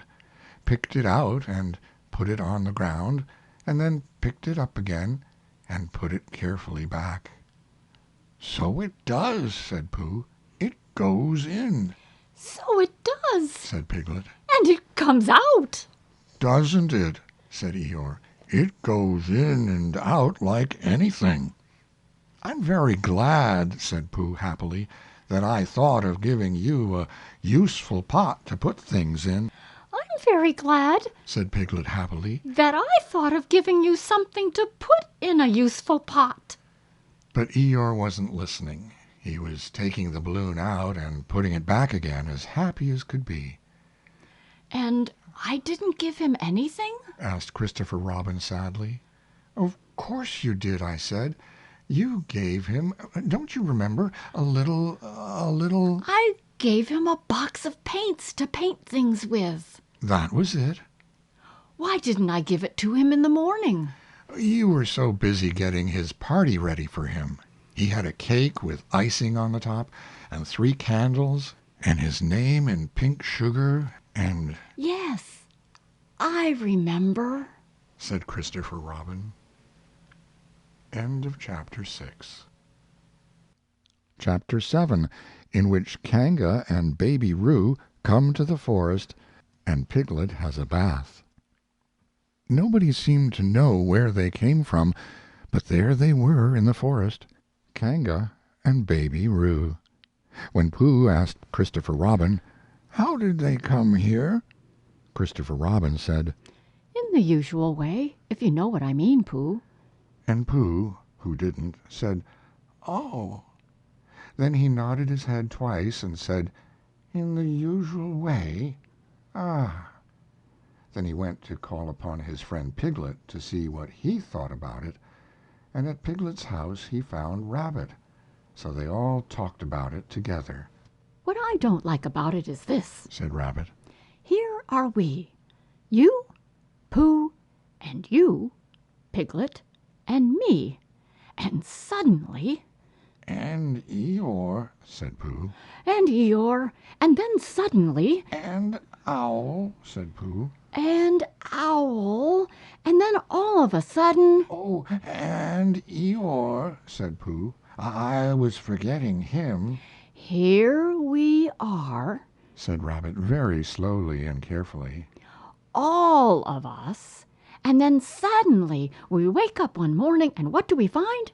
We find a strange animal among us, an animal of whom we have never even heard before, an animal who carries her family about with her in her pocket. Suppose I carried my family about with me in my pocket. How many pockets should I want? 16, said Piglet. 17, isn't it? Said Rabbit. And one more for a handkerchief. That's 18. 18 pockets in one suit. I haven't time. There was a long and thoughtful silence, and then Pooh, who had been frowning very hard for some minutes, said, "I make it 15. What? Said Rabbit. 15. 15 what? Your family. What about them? Pooh rubbed his nose and said that he thought Rabbit had been talking about his family. Did I? Said Rabbit carelessly. Yes, you said... Never mind, Pooh. Said Piglet impatiently. The question is, what are we to do about Kanga? Oh, I see, said Pooh. The best way, Said Rabbit. would be this. The best way would be to steal Baby Roo and hide him. And then, when Kanga says, "Where's Baby Roo?" we say, "Aha!" Aha, said Pooh, practicing. Aha, aha. Of course, he went on, we could say aha, even if we hadn't stolen Baby Roo. Pooh, Said Rabbit kindly. you haven't any brain. I know, said Pooh humbly. We say, "Aha," so that Kanga knows that we know where Baby Roo is. "Aha" means we'll tell you where Baby Roo is if you promise to go away from the forest and never come back. Now don't talk while I think. Pooh went into a corner and tried saying aha in that sort of voice, Sometimes it seemed to him that it did mean what Rabbit said, and sometimes it seemed to him that it didn't. "I suppose it's just practice," he thought. "I wonder if Kanga will have to practice, too, so as to understand it," There's just one thing. said Piglet, fidgeting a bit. I was talking to Christopher Robin, and he said that a kanga was generally regarded as one of the fiercer animals.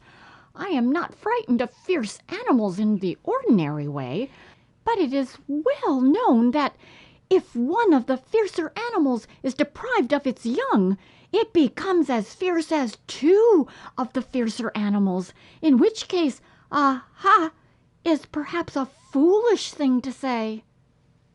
Piglet, Said Rabbit, taking out a pencil and licking the end of it. you haven't any pluck. It is hard to be brave Said Piglet, sniffing slightly. when you're only a very small animal. Rabbit, who had begun to write very busily, looked up and said, It is because you are a very small animal that you will be useful in the adventure before us. Piglet was so excited at the idea of being useful that he forgot to be frightened any more, and when Rabbit went on to say that kangas were only fierce during the winter months, being at other times of an affectionate disposition, he could hardly sit still, he was so eager to begin being useful at once. "What about me?" said Pooh sadly. "I suppose I shan't be useful," Never mind, Pooh. said Piglet comfortingly. Another time, perhaps. Without Pooh, Said Rabbit solemnly as he sharpened his pencil. The adventure would be impossible. oh, Said Piglet, and tried not to look disappointed. But Pooh went into a corner of the room and said proudly to himself, "Impossible without me, that sort of bear," Now listen, all of you. said Rabbit when he had finished writing, and Pooh and Piglet sat listening very eagerly with their mouths open. This was what Rabbit read out. Plan to capture Baby Roo. 1. General remarks. Kanga runs faster than any of us, even me. 2. More general remarks. Kanga never takes her eye off Baby Roo except when he's safely buttoned up in her pocket. 3. Therefore, if we are to capture Baby Roo, we must get a long start because Kanga runs faster than any of us, even me. C1. 4. A thought.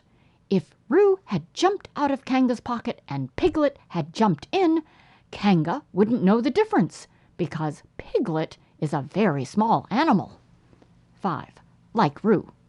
6. But Kanga would have to be looking the other way first so as not to see Piglet jumping in. 7. C2. 8. Another thought. But if Pooh was talking to her very excitedly, she might look the other way for a moment. 9. And then I could run away with Roo. 10. Quickly. 11. And Kanga wouldn't discover the difference until afterwards. Well, Rabbit read this out proudly, and for a little while, after he had read it, nobody said anything, and then Piglet, who had been opening and shutting his mouth without making any noise, managed to say very huskily, and afterwards? How do you mean? When Kanga does discover the difference. Then we all say, Aha! All three of us? Yes. Oh, Why, what's the trouble, Piglet? nothing. said Piglet. As long as we all three say it. As long as we all three say it. Said Piglet. I don't mind, He said, but I shouldn't care to say aha by myself. It wouldn't sound nearly so well. By the way, he said. you are quite sure about what you said about the winter months? The winter months? Yes, only being fierce in the winter months. Oh, yes, that's all right. Well, Pooh, you see what you have to do? No, said Pooh Bear. Not yet, he said. What do I do?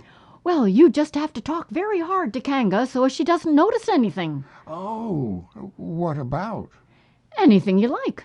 You mean like telling her a little bit of poetry or something? That's it. Said Rabbit. Splendid. Now, come along. So they all went out to look for Kanga. Kanga and Roo were spending a quiet afternoon in a sandy part of the forest. Baby Roo was practicing very small jumps in the sand and falling down mouse holes and climbing out of them, and Kanga was fidgeting about and saying, Just one more jump, dear, and then we must go home. And at that moment who should come stumping up the hill but Pooh. "Good afternoon, Kanga." Good afternoon, Pooh. Look at me jumping, squeaked Roo, and fell into another mouse hole. "Hello, Roo, my little fellow," We were just going home. said Kanga. Good afternoon, Rabbit. Good afternoon, Piglet. Rabbit and Piglet, who had now come up from the other side of the hill, said, Good afternoon. and Hello, Roo. Roo asked them to look at him jumping, so they stayed and looked. And Kanga looked too. "Oh, Kanga," said Pooh, after Rabbit had winked at him twice, "I don't know if you are interested in poetry at all." Hardly at all. said Kanga. "Oh," said Pooh. Roo, dear, just one more jump, and then we must go home. There was a short silence while Roo fell down another mouse hole. Go on. said Rabbit in a loud whisper behind his paw. "Talking of poetry," said Pooh, "I made up a little piece as I was coming along. It went like this. Now let me see," Fancy. said Kanga. Now, Roo, dear, you'll like this piece of poetry. said Rabbit. You'll love it. said Piglet. You must listen very carefully, said Rabbit. So as not to miss any of it. said Piglet.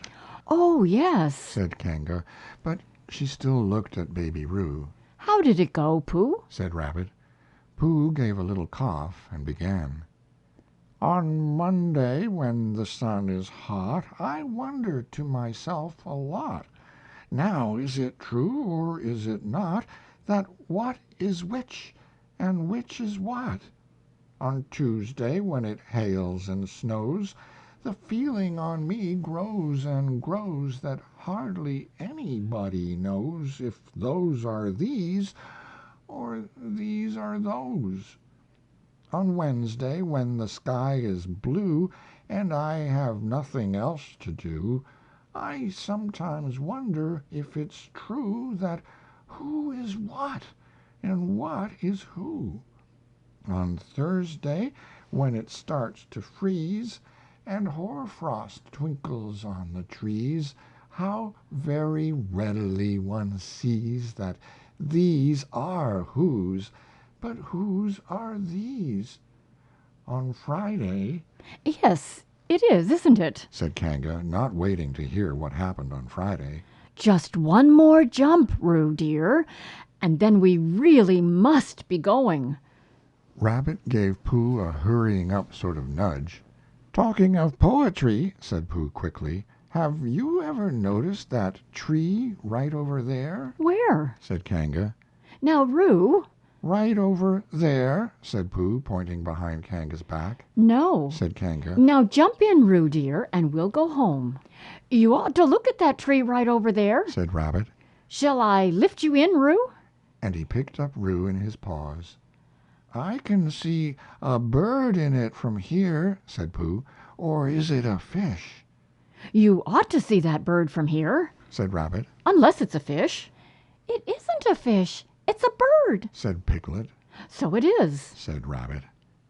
"Is it a starling or a blackbird?" said Pooh.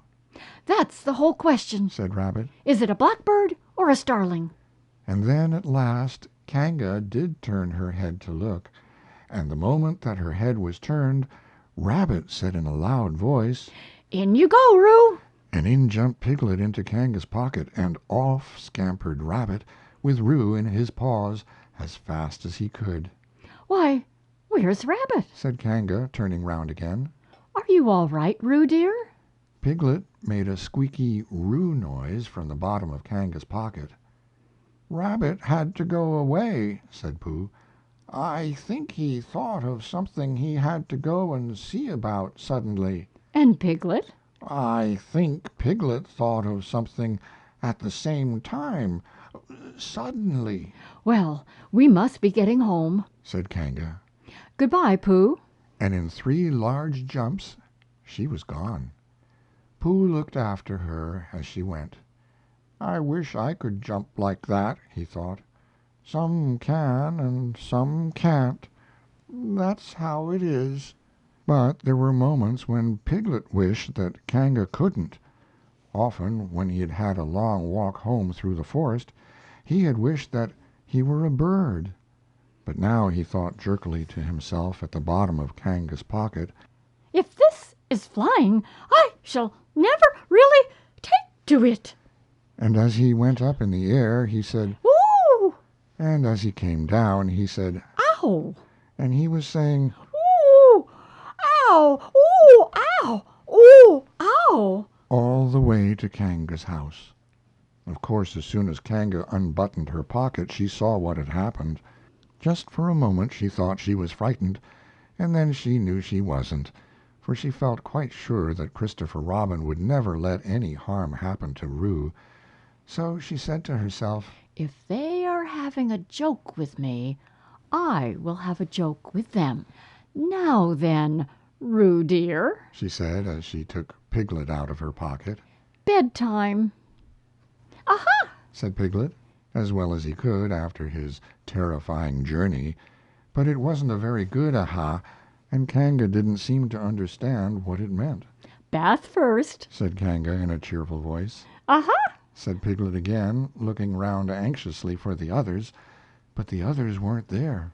Rabbit was playing with Baby Roo in his own house, and feeling more fond of him every minute, and Pooh, who had decided to be a Kanga, was still at the sandy place on the top of the forest, practicing jumps. I am not at all sure, said Kanga in a thoughtful voice, that it wouldn't be a good idea to have a cold bath this evening. Would you like that, Roo dear? Piglet, who had never been really fond of baths, shuddered a long, indignant shudder, and said in as brave a voice as he could, Kanga, I see the time has come to speak plainly. Funny little Roo, said Kanga as she got the bath water ready. I am not Roo. Said Piglet loudly. I am Piglet. Yes, dear, yes. Said Kanga soothingly. And imitating Piglet's voice, too. So clever of him. She went on as she took a large bar of yellow soap out of the cupboard. What will he be doing next? Can't you see? Shouted Piglet. Haven't you got eyes? Look at me. I am looking, Roo dear. Said Kanga rather severely. And you know what I told you yesterday about making faces. If you go on making faces like Piglet's, you will grow up to look like Piglet. And then think how sorry you will be. Now then, into the bath, and don't let me have to speak to you about it again. Before he knew where he was, Piglet was in the bath, and Kanga was scrubbing him firmly with a large, lathery flannel. Ow! Cried Piglet. Let me out. I'm Piglet. Don't open your mouth, dear, or the soap goes in. Said Kanga. There, what did I tell you? You did it on purpose. Spluttered Piglet as soon as he could speak again, and then, accidentally, had another mouthful of lathery flannel. That's right, dear. Don't say anything. Said Kanga, and in another minute Piglet was out of the bath and being rubbed dry with a towel. Now, Said Kanga. there's your medicine, and then bed. What medicine? Said Piglet. To make you grow big and strong, dear. You don't want to grow up small and weak like Piglet, do you? Well, then. At that moment there was a knock at the door. Come in. Said Kanga, and in came Christopher Robin. Christopher Robin! Christopher Robin! Cried Piglet. Tell Kanga who I am. She keeps saying I'm Roo. I'm not Roo, am I? Christopher Robin looked at him very carefully and shook his head. You can't be Roo, He said, because I've just seen Roo playing in Rabbit's house. Well, said Kanga. fancy that. Fancy my making a mistake like that. There you are, Said Piglet. I told you so. I'm Piglet. Christopher Robin shook his head again. Oh, you're not Piglet. He said, I know Piglet well, and he's quite a different color. Piglet began to say that this was because he had just had a bath, and then he thought that perhaps he wouldn't say that. And as he opened his mouth to say something else, Kanga slipped the medicine spoon in, and then patted him on the back and told him that it was really quite a nice taste when you got used to it. I knew it wasn't Piglet. Said Kanga. I wonder who it can be. Perhaps it's some relation of Pooh's. Said Christopher Robin. What about a nephew or an uncle or something? Kanga agreed that this was probably what it was, and said that they would have to call it by some name. I shall call it Pootle. Said Christopher Robin. Henry Pootle for short. And just when it was decided, Henry Pootle wriggled out of Kanga's arms and jumped to the ground. To his great joy, Christopher Robin had left the door open. Never had Henry Pootle Piglet run so fast as he ran then, and he didn't stop running until he had got quite close to his house. But when he was 100 yards away he stopped running and rolled the rest of the way home, so as to get his own nice, comfortable color again. So Kanga and Roo stayed in the forest, and every Tuesday Roo spent the day with his great friend Rabbit, and every Tuesday Kanga spent the day with her great friend Pooh, teaching him to jump, and every Tuesday Piglet spent the day with his great friend Christopher Robin. So they were all happy again. End of Chapter 7.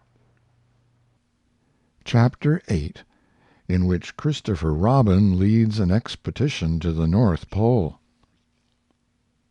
One fine day Pooh had stumped up to the top of the forest to see if his friend Christopher Robin was interested in bears at all.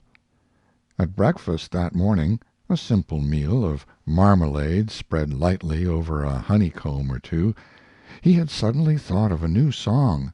It began like this: "Sing ho, for the life of a bear." When he had got as far as this, he stretched his head and thought to himself, "That's a very good start for a song, but what about the second line?" He tried singing "ho" 2 or 3 times, but it didn't seem to help.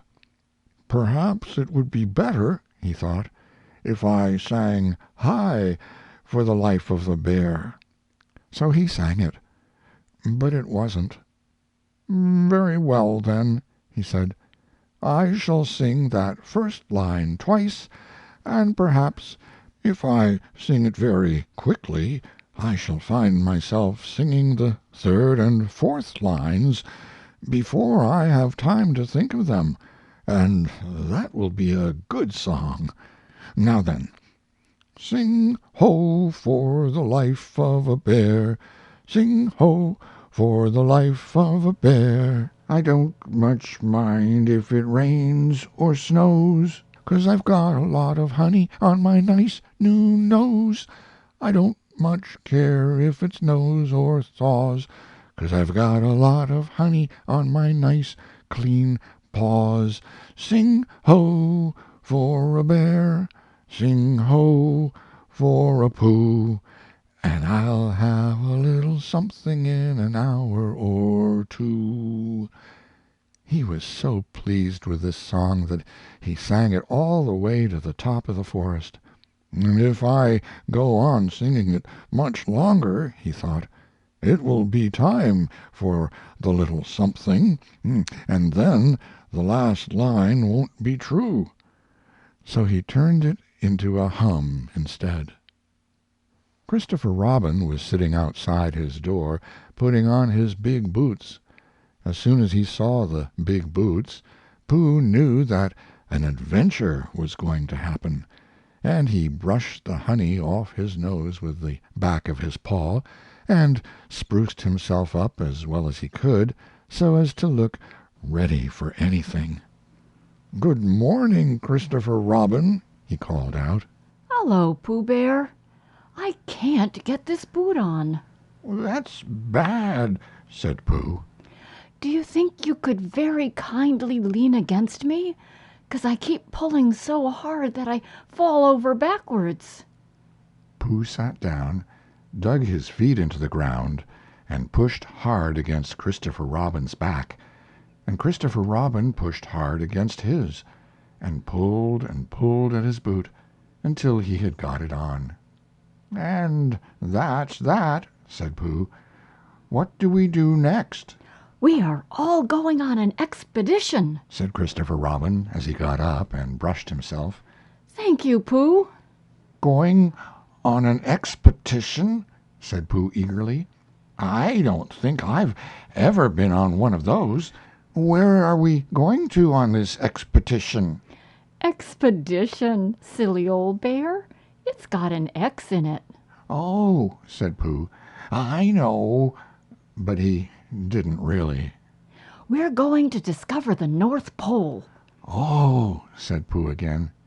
"What is the North Pole?" he asked. It's just a thing you discover. said Christopher Robin carelessly, not being quite sure himself. "Oh, I see," said Pooh. "Are bears any good at discovering it?" Of course they are. And Rabbit and Kanga and all of you. It's an expedition. That's what an expedition means. A long line of everybody. You'd better tell the others to get ready while I see if my gun's all right. And we must all bring provisions. "Bring what?" Things to eat. "Oh," said Pooh happily. "I thought you said provisions. I'll go and tell them." And he stumped off. The first person he met was Rabbit. "Hello, Rabbit," he said. "Is that you?" Let's pretend it isn't said Rabbit. and see what happens. "I've got a message for you. I'll give it to him. We're all going on an expedition with Christopher Robin." What is it when we're on it? "A sort of boat, I think," said Pooh. Oh, that sort. "Yes, and we're going to discover a pole or something, or was it a mole?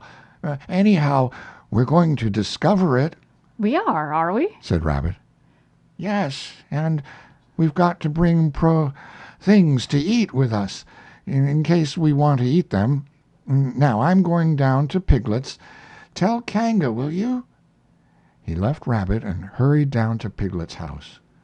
The piglet was sitting on the ground at the door of his house, blowing happily at a dandelion, and wondering whether it would be this year, next year, sometime, or never. He had just discovered that it would be never, and was trying to remember what it was, and hoping it wasn't anything nice, when Pooh came up. "Oh, Piglet," said Pooh excitedly, "we're going on an expedition, all of us, with things to eat, to discover something." To discover what? said Piglet anxiously.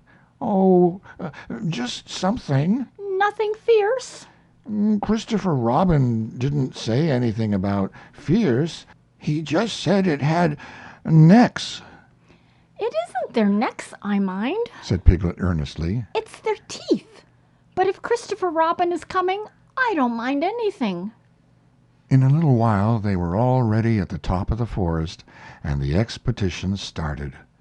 First came Christopher Robin and Rabbit, then Piglet and Pooh, then Kanga with Roo in her pocket, and Owl, then Eeyore, and at the end, in a long line, all Rabbit's friends and relations. I didn't ask them. He explained Rabbit carelessly. They just came. They always do. They can march at the end after Eeyore. "What I say," said Eeyore, "is that it's unsettling. I didn't want to come on this what Pooh said. I only came to oblige, but here I am, And if I am the end of the what we're talking about, then let me be the end. But if every time I want to sit down for a little rest I have to brush away half a dozen of Rabbit's smaller friends and relations first, then this isn't an whatever it is at all. It's simply a confused noise. That's what I say, I see what Eeyore means. said Owl. If you ask me. I'm not asking anybody, said Eeyore. I'm just telling everybody we can look for the North Pole, or we can play Here We Go Gathering Nuts and May with the end part of an ant's nest. It's all the same to me. There was a shout from the top of the line. Come on! Called Christopher Robin. Come on! Come on! Called Pooh and Piglet. Come on! Called Owl. We're starting, said Rabbit. I must go. And he hurried off to the front of the expedition with Christopher Robin. All right, said Eeyore. We're going. Only don't blame me. So off they all went to discover the pole. And as they walked, they chattered to each other of this and that, all except Pooh, who was making up a song. This is the first verse, he said to Piglet, when he was ready with it. First verse of what? My song. What song? Well, this one. Which one? Well, if you listen, Piglet, you'll hear it. How do you know I'm not listening? Pooh couldn't answer that one, so he began to sing. They all went off to discover the pole, Owl and Piglet and Rabbit and all. It's a thing you discover, as I've been told, by Owl and Piglet and Rabbit and all. Eeyore, Christopher, Robin, and Pooh, and Rabbit's relations all went too, and where the pole was none of them knew. Sing hey for Owl and Rabbit and all. Hush! Said Christopher Robin, turning round to Pooh. We're just coming to a dangerous place. Hush! Said Pooh, turning round quickly to Piglet. Hush! Said Piglet to Kanga. Hush! Said Kanga to Owl, while Roo said hush several times to himself very quietly. Hush! Said Owl to Eeyore. Hush! Said Eeyore in a terrible voice to all Rabbit's friends and relations, and hush! They said hastily to each other all down the line, until it got to the last one of all, and the last and smallest friend and relation was so upset to find that the whole expedition was saying hush to him that he buried himself head downwards in a crack in the ground, and stayed there for 2 days until the danger was over, and then went home in a great hurry and lived quietly with his aunt ever afterwards. His name was Alexander Beetle. They had come to a stream which twisted and tumbled between high rocky banks, and Christopher Robin saw at once how dangerous it was. It's just the place, He explained. for an ambush. What sort of bush? Whispered Pooh to Piglet. A gorse bush? My dear Pooh, Said Owl in his superior way. don't you know what an ambush is? Owl, Said Piglet, looking round at him severely. Pooh's whisper was a perfectly private whisper, and there was no need. An ambush Said Owl. is a sort of surprise. So is a gorse bush sometimes, said Pooh. An ambush, as I was about to explain to Pooh, Said Piglet. is a sort of surprise. If people jump out at you suddenly, that's an ambush. Said Owl. It's an ambush, Pooh, when people jump at you suddenly. Explained Piglet. Pooh, who now knew what an ambush was, said that a gorse bush had sprung at him suddenly one day when he fell off a tree, and he had taken 6 days to get all the prickles out of himself. We are not talking about gorse bushes.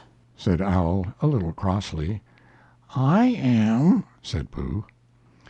They were climbing very cautiously up the stream now, going from rock to rock, and after they had gone a little way they came to a place where the banks widened out at each side, so that on each side of the water there was a level strip of grass on which they could sit down and rest.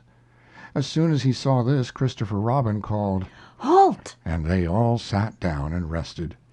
I think, said Christopher Robin, that we ought to eat all our provisions now so that we shan't have so much to carry. Eat all our what? said Pooh. All that we've brought, said Piglet, getting to work. That's a good idea, said Pooh, and he got to work too. Have you all got something? asked Christopher Robin with his mouth full. all except me, said Eeyore, as usual. He looked around at them in his melancholy way. I suppose none of you are sitting on a thistle by any chance? I believe I am, said Pooh. Ow! He got up and looked behind him. Yes, I was. I thought so. Thank you, Pooh, if you've quite finished with it. He moved across to Pooh's place and began to eat. It don't do them any good, you know, sitting on them, he went on, as he looked up munching. Takes all the life out of them. Remember that another time, all of you. A little consideration, a little thought for others makes all the difference. As soon as he had finished his lunch, Christopher Robin whispered to Rabbit, and Rabbit said, Yes, yes, of course. And they walked a little way up the stream together.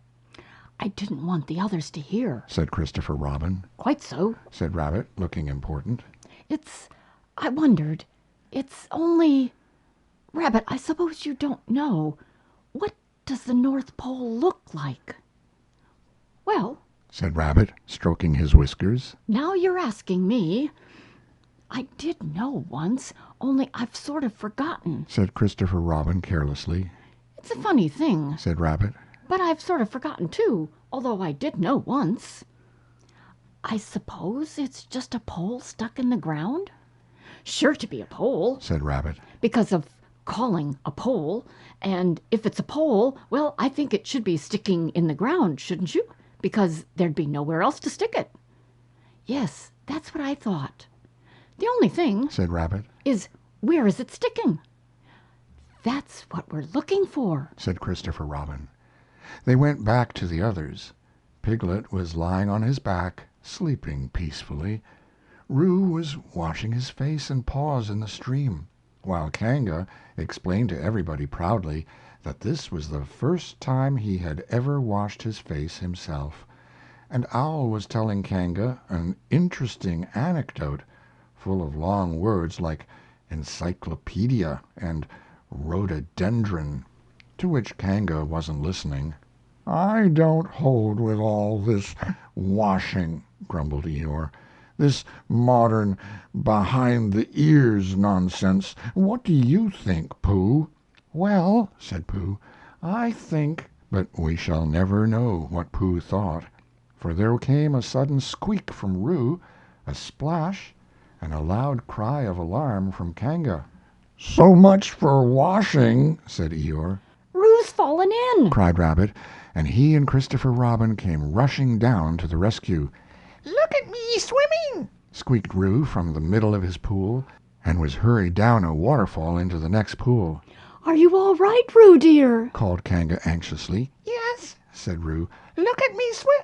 and down he went over the next waterfall into another pool. Everybody was doing something to help.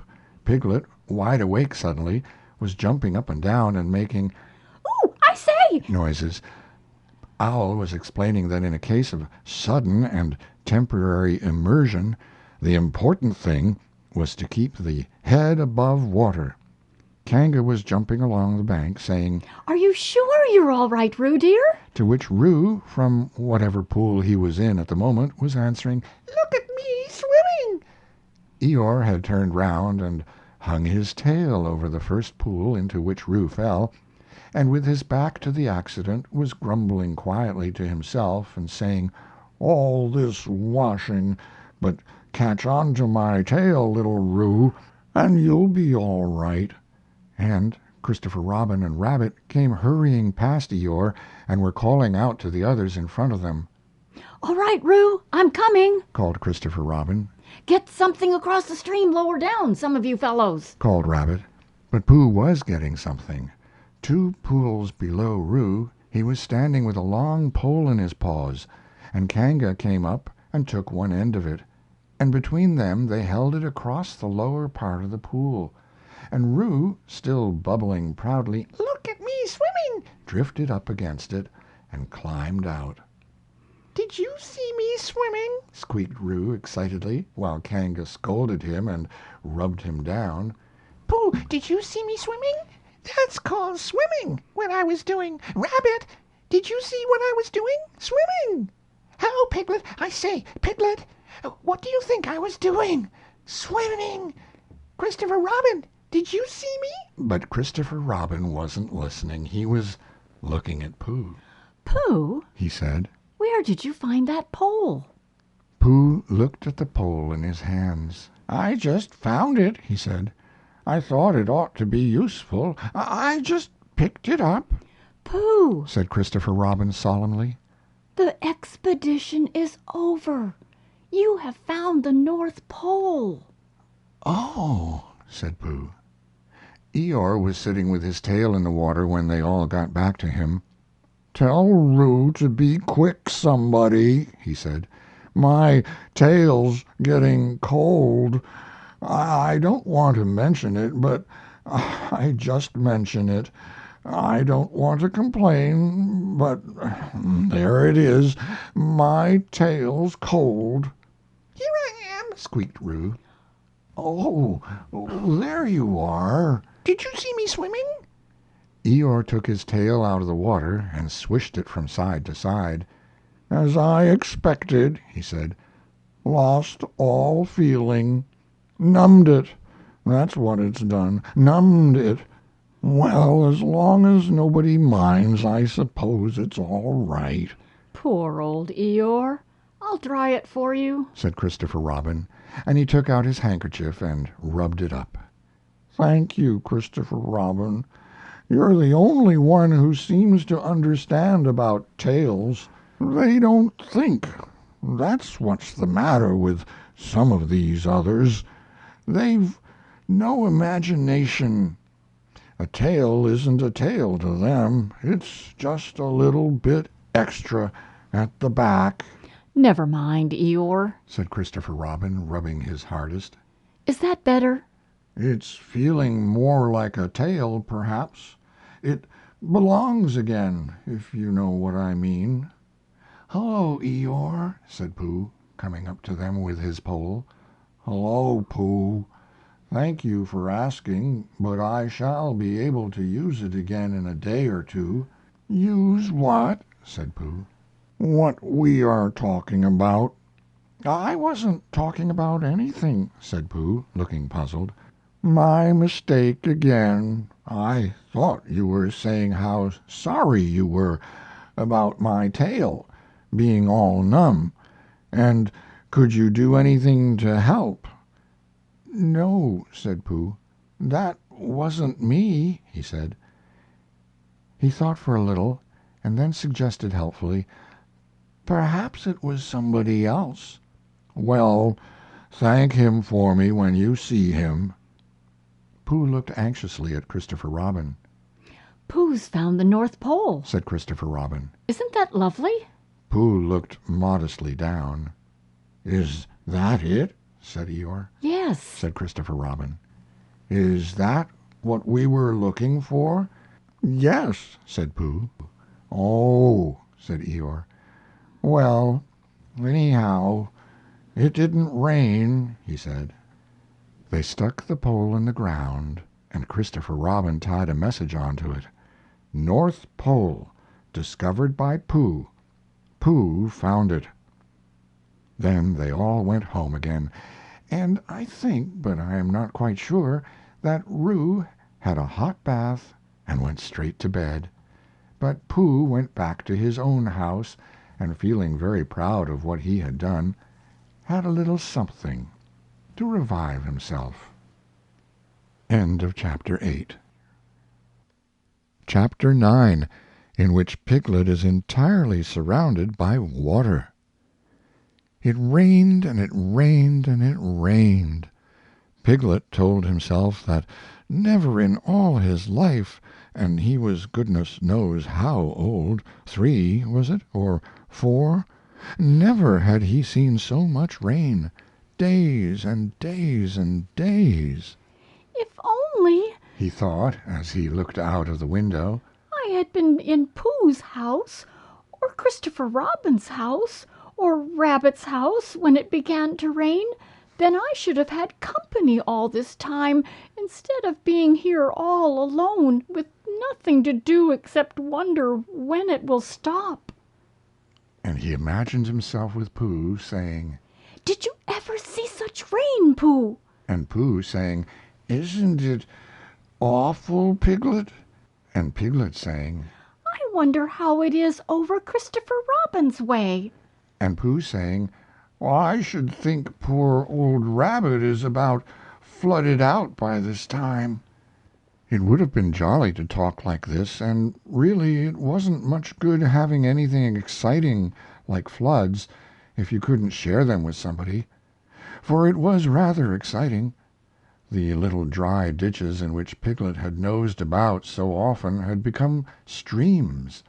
The little streams across which he had splashed were rivers, and the river, between whose steep banks they had played so happily, had sprawled out of its own bed and was taking up so much room everywhere that Piglet was beginning to wonder whether it would be coming into his bed soon.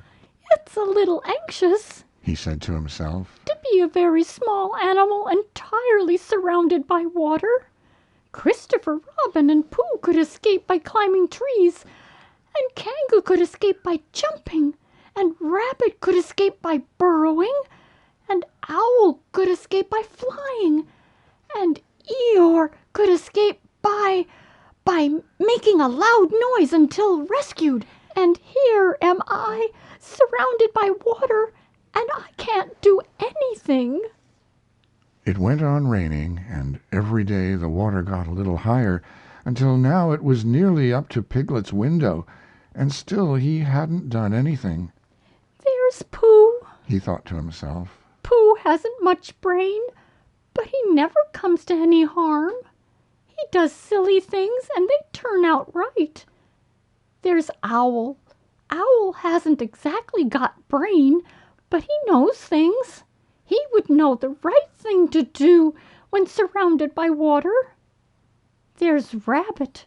He hasn't learnt in books, but he can always think of a clever plan. There's Kanga. She isn't clever, Kanga isn't. But she would be so anxious about Roo that she would do a good thing to do without thinking about it. And then there's Eeyore, and Eeyore is so miserable anyhow that he wouldn't mind about this. But I wonder what Christopher Robin would do. Then suddenly he remembered a story which Christopher Robin had told him about a man on a desert island who had written something in a bottle and thrown it in the sea. And Piglet thought that if he wrote something in a bottle and threw it in the water, perhaps somebody would come and rescue him. He left the window and began to search his house, all of it that wasn't under water, and at last he found a pencil and a small piece of dry paper and a bottle with a cork to it, and he wrote on one side of the paper, Help! Piglet! Me! and on the other side, It's me, Piglet! Help! Help! Then he put the paper in the bottle, and he corked the bottle up as tightly as he could, and he leant out of his window as far as he could lean without falling in, and he threw the bottle as far as he could throw, splash! And in a little while it bobbed up again on the water, and he watched it floating slowly away in the distance, until his eyes ached with looking, and sometimes he thought it was the bottle, and sometimes he thought it was just a ripple on the water which he was following. And then suddenly he knew that he would never see it again, and that he had done all that he could do to save himself. So now, He thought, somebody else will have to do something, and I hope they will do it soon, because if they don't, I shall have to swim, which I can't. So I hope they do it soon. and then he gave a very long sigh and said, I wish Pooh were here. It's so much more friendly with two. When the rain began, Pooh was asleep. It rained, and it rained, and it rained, and he slept, and he slept, and he slept. He had had a tiring day. You remember how he discovered the North Pole? Well, he was so proud of this that he asked Christopher Robin if there were any other poles such as a bear of little brain might discover. There's the South Pole, Said Christopher Robin. and I expect there's an East Pole and a West Pole, though people don't like talking about them. Pooh was very excited when he heard this, and suggested that they should have an expedition to discover the East Pole, but Christopher Robin had thought of something else to do with Kanga, so Pooh went out to discover the East Pole by himself. Whether he discovered it or not I forget, but he was so tired when he got home that, in the very middle of his supper, after he had been eating for little more than half an hour, he fell fast asleep in his chair and slept and slept and slept. Then suddenly he was dreaming. He was at the East Pole, and it was a very cold pole with the coldest sort of snow and ice all over it. He had found a beehive to sleep in, but there wasn't room for his legs, so he had left them outside, and wild woozles, such as inhabit the East Pole, came and nibbled all the fur off his legs to make nests for their young, and the more they nibbled the colder his legs got, until suddenly he woke up with an "Ow!" and there he was, sitting in his chair, with his feet in the water, and water all round him. He splashed to his door and looked out. "This is serious," said Pooh. "I must have an escape." So he took his largest pot of honey and escaped with it to a broad branch of his tree, well above the water, and then he climbed down again and escaped with another pot. And when the whole escape was finished, there was Pooh sitting on his branch, dangling his legs, and there beside him were 10 pots of honey. 2 days later there was Pooh sitting on his branch, dangling his legs, and there beside him were 4 pots of honey.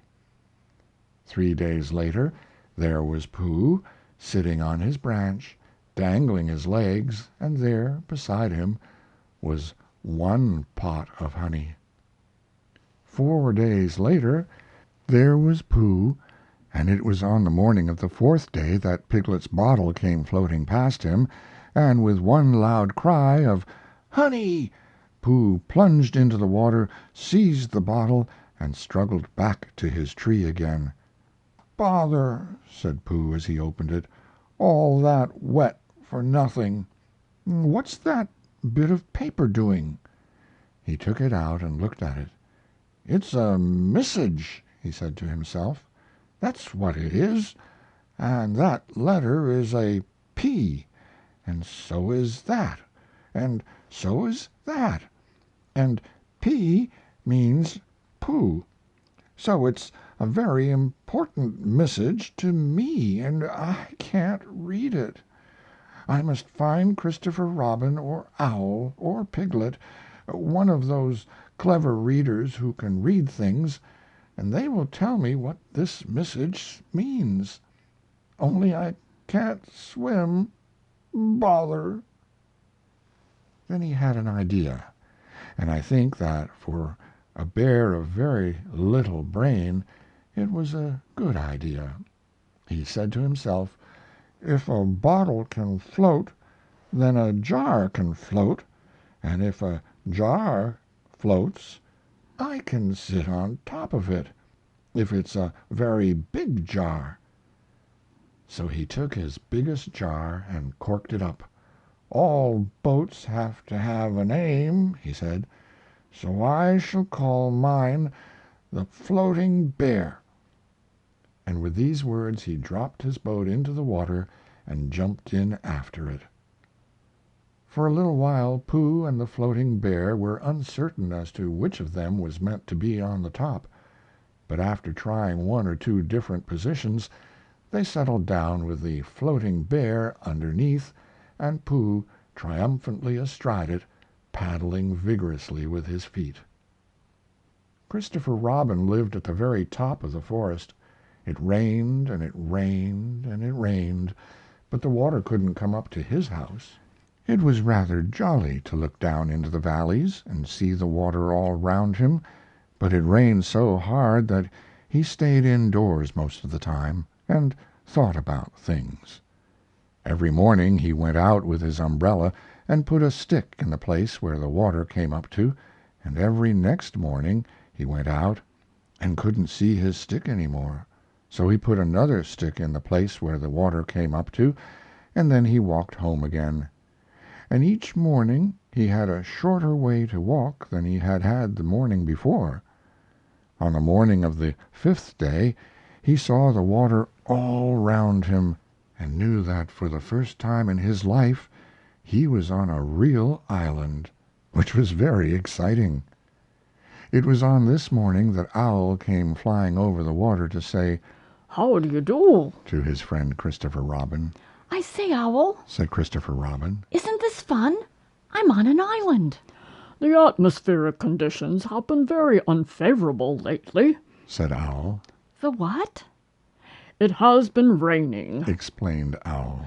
Yes, Said Christopher Robin. it has. "The flood level has reached an unprecedented height." The who? "There is a lot of water about." Explained Owl. Yes, Said Christopher Robin. there is. "However, the prospects are rapidly becoming more favorable. At any moment—" Have you seen Pooh? No, at any moment— I hope he's all right. Said Christopher Robin. I've been wondering about him. I expect Piglet's with him. Do you think they're all right, Owl? I expect so. You see, at any moment— Do go and see, Owl, because Pooh hasn't got very much brain, and he might do something silly, and I do love him so, Owl. Do you see, Owl? "That's all right. Said Owl. I'll go. Back directly." And he flew off. In a little while he was back again. "Pooh isn't there." He said. Not there? "Has been there. He's been sitting on a branch of his tree outside his house with 9 pots of honey, but he isn't there now." Oh, Pooh, Cried Christopher Robin. where are you? Here I am, Said a growly voice behind him. Pooh, They rushed into each other's arms. how did you get here, Pooh? Asked Christopher Robin when he was ready to talk again. On my boat, said Pooh proudly.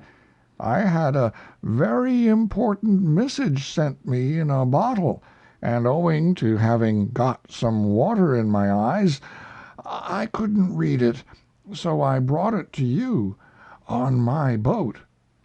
With these proud words he gave Christopher Robin the message.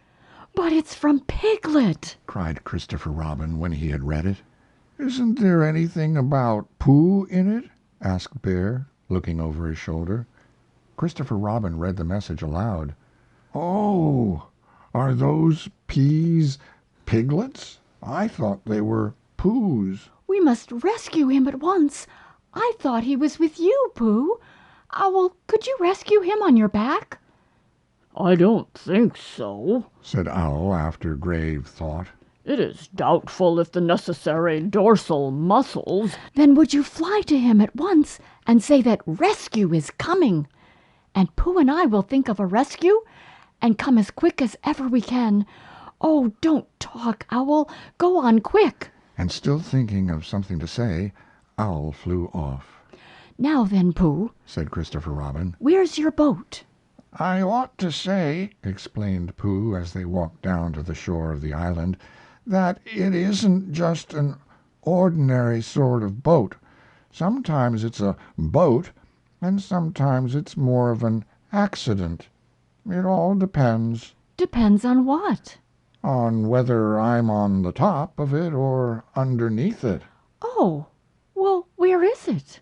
"There," said Pooh, pointing proudly to the floating bear. It wasn't what Christopher Robin expected, and the more he looked at it the more he thought what a brave and clever bear Pooh was.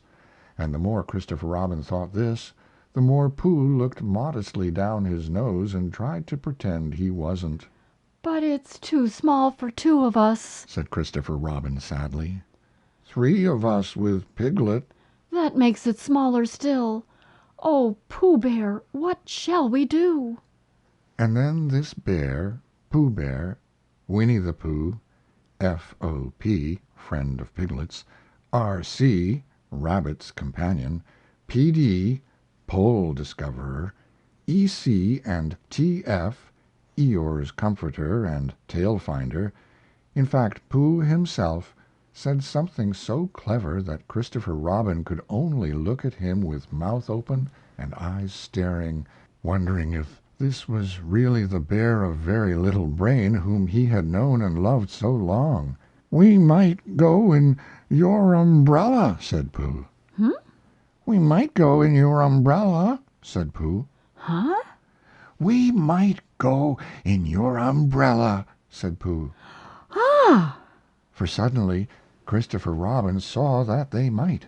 He opened his umbrella and put it point downwards in the water. It floated, but wobbled. Pooh got in. He was just beginning to say that it was all right now, when he found that it wasn't, so, after a short drink which he didn't really want, he waded back to Christopher Robin. Then they both got in together, and it wobbled no longer. I shall call this boat the Brain of Pooh, said Christopher Robin, and the Brain of Pooh set sail forthwith in a southwesterly direction, revolving gracefully. You can imagine Piglet's joy when at last the ship came in sight of him. In after years he liked to think that he had been in very great danger during the terrible flood, but the only danger he had really been in was in the last half hour of his imprisonment, when Owl, who had just flown up, sat on a branch of his tree to comfort him, and told him a very long story about an ant who had once laid a seagull's egg by mistake, and the story went on, rather like this sentence, until Piglet, who was listening out of his window without much hope, went to sleep quietly and naturally, slipping slowly out of the window towards the water until he was only hanging on by his toes, at which moment, luckily, a sudden loud squawk from Owl, which was really part of the story, being what his aunt said, woke the piglet up and just gave him time to jerk himself back into safety and say, How interesting! And did she? when, well, you can imagine his joy when at last he saw the good ship, the Brain of Pooh, Captain C. Robin, first mate P. Bear, coming over the sea to rescue him. Christopher Robin and Pooh again, and that is really the end of the story. And I am very tired after that last sentence. I think I shall stop there. End of Chapter 9. Chapter 10, in which Christopher Robin gives Pooh a party and we say good-bye. One day when the sun had come back over the forest, bringing with it the scent of May, and all the streams of the forest were tinkling happily to find themselves their own pretty shape again, and the little pools lay dreaming of the life they had seen and the big things they had done, and in the warmth and quiet of the forest the cuckoo was trying over his voice carefully and listening to see if he liked it, and wood-pigeons were complaining gently to themselves in their lazy, comfortable way that it was the other fellow's fault. But It didn't matter very much. On such a day as this, Christopher Robin whistled in a special way he had, and Owl came flying out of the 100-acre wood to see what was wanted. Owl, Said Christopher Robin. I am going to give a party, You are you? Said Owl. and it's going to be a special sort of party because it's because of what Pooh did when he did what he did to save Piglet from the flood. Oh, that's what it's for, is it? Said Owl. Yes, so will you tell Pooh as quickly as you can and all the others because it will be tomorrow? Oh, it will it? Said Owl, still being as helpful as possible. So will you go and tell them, Owl? Owl tried to think of something very wise to say, but couldn't, so he flew off to tell the others, and the first person he told was Pooh. Pooh, He said. Christopher Robin is giving a party. Oh, said Pooh, and then, seeing that Owl expected him to say something else, he said, Will there be those little cake things with pink sugar icing? Owl felt that it was rather beneath him to talk about little cake things with pink sugar icing, so he told Pooh exactly what Christopher Robin had said, and flew off to Eeyore. A party for me, thought Pooh to himself. How grand! And he began to wonder if all the other animals would know that it was a special Pooh party, and if Christopher Robin had told them about the floating bear and the brain of Pooh and all the wonderful ships he had invented and sailed on, and he began to think how awful it would be if everybody had forgotten about it, and nobody quite knew what the party was for. And the more he thought like this, the more the party got muddled in his mind, like a dream when nothing goes right. And the dream began to sing itself over in his head until it became a sort of song. It was an anxious Pooh song. 3 cheers for Pooh.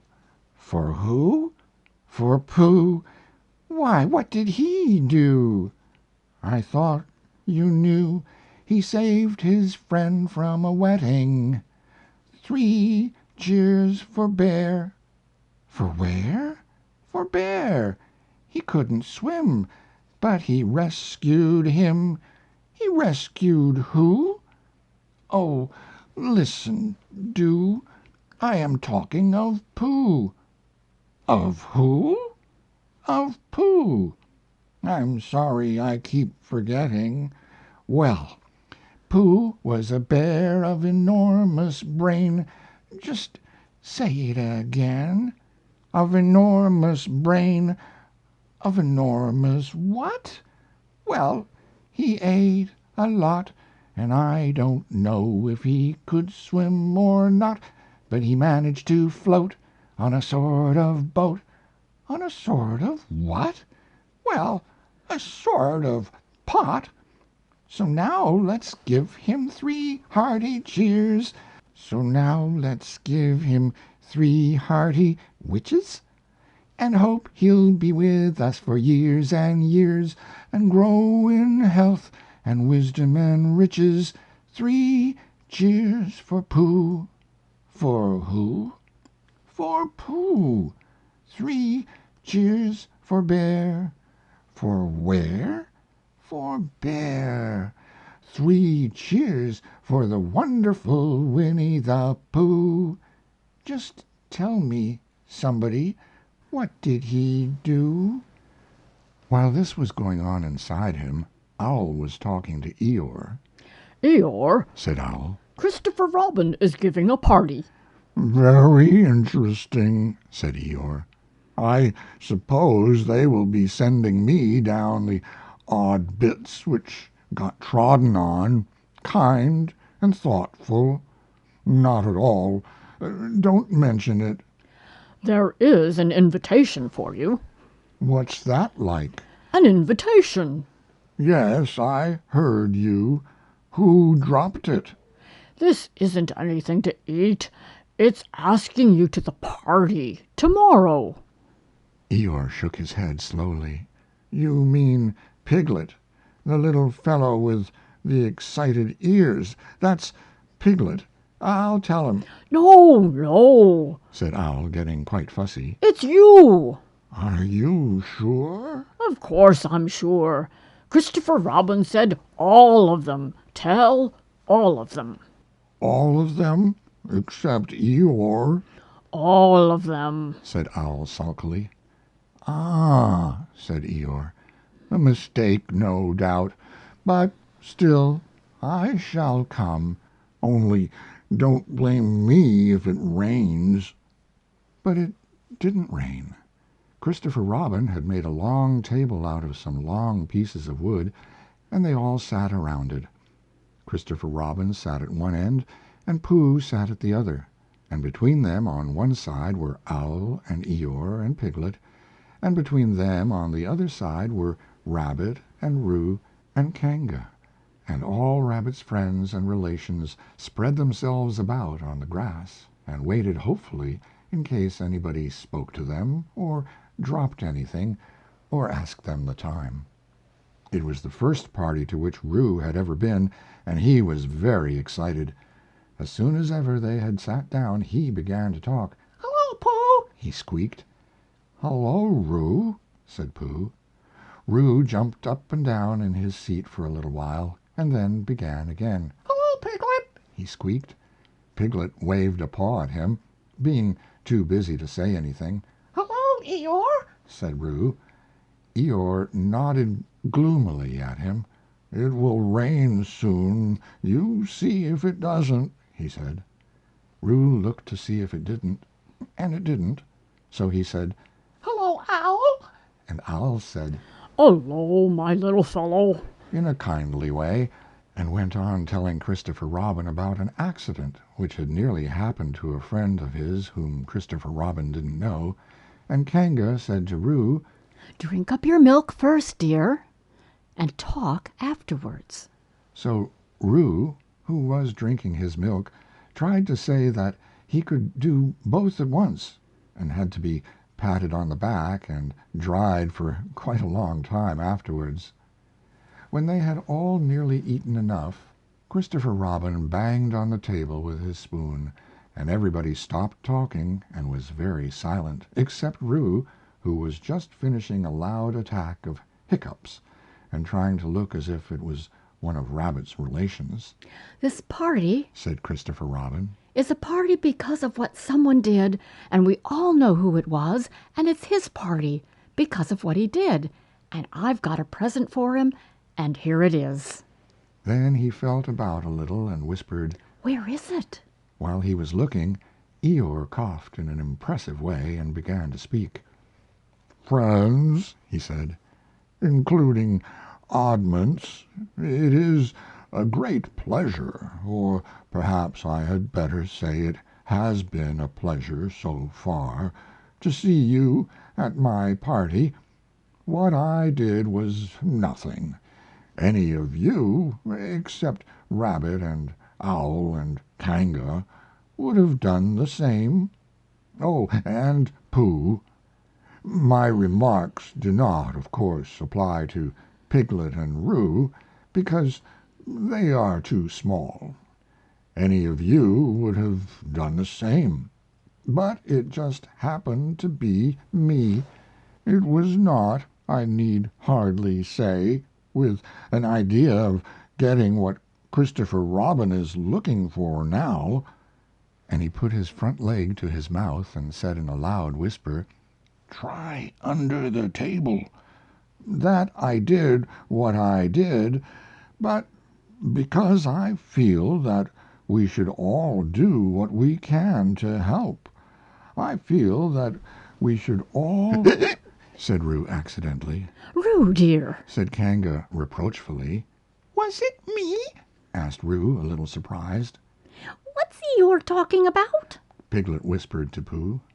"I don't know," said Pooh rather dolefully. I thought this was your party. "I thought it was once, but I suppose it isn't," I'd sooner it was yours than Eeyore's. said Piglet. "So would I," said Pooh. said Roo again. As I was saying, said Eeyore loudly and sternly, as I was saying when I was interrupted by various loud sounds, I feel that Here it is. cried Christopher Robin excitedly. Pass it down to silly old Pooh. It's for Pooh. For Pooh, said Eeyore. Of course it is. The best bear in all the world. I might have known, said Eeyore. After all, one can't complain. I have my friends. Somebody spoke to me only yesterday. And was it last week or the week before that Rabbit bumped into me and said, "Bother! The social round. Always something going on." Nobody was listening, for they were all saying, Open it, Pooh. What is it, Pooh? I know what it is. No, you don't. and other helpful remarks of this sort. And of course Pooh was opening it as quickly as ever he could, but without cutting the string, because you never know when a bit of string might be useful. At last it was undone. When Pooh saw what it was he nearly fell down, he was so pleased. It was a special pencil case. There were pencils in it marked B for bear, and pencils marked HB for helping bear, and pencils marked BB for brave bear. There was a knife for sharpening the pencils, and India rubber for rubbing out anything which you had spelt wrong, and a ruler for ruling lines for the words to walk on, and inches marked on the ruler in case you wanted to know how many inches anything was, and blue pencils, and red pencils, and green pencils for saying special things in blue and red and green. And all these lovely things were in little pockets of their own, in a special case which shut with a click when you clicked it. And they were all for Pooh. "Oh," said Pooh. Oh, Pooh! Said everybody else except Eeyore. "Thank you," growled Pooh. But Eeyore was saying to himself, "This writing business, pencils and what not, overrated if you ask me. Silly stuff. Nothing in it." Later on, when they had all said good-by and thank you to Christopher Robin, Pooh and Piglet walked home thoughtfully together in the golden evening, and for a long time they were silent. When you wake up in the morning, Pooh, Said Piglet at last. what's the first thing you say to yourself? "What's for breakfast?" said Pooh. "What do you say, Piglet?" I say, I wonder what's going to happen exciting today. Said Piglet. Pooh nodded thoughtfully. "It's the same thing," he said. And what did happen? Asked Christopher Robin. "When?" Next morning. "I don't know." Could you think and tell me and Pooh sometime? "If you wanted it very much," Pooh does. said Christopher Robin. He gave a deep sigh, picked his bear up by the leg, and walked off to the door, trailing Winnie the Pooh behind him.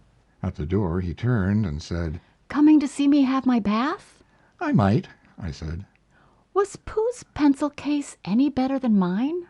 "It was just the same," I said. He nodded and went out, and in a moment I heard Winnie the Pooh bump, bump, bump, going up the stairs behind him. End of Chapter 10 and end of Winnie the Pooh by A. Milne.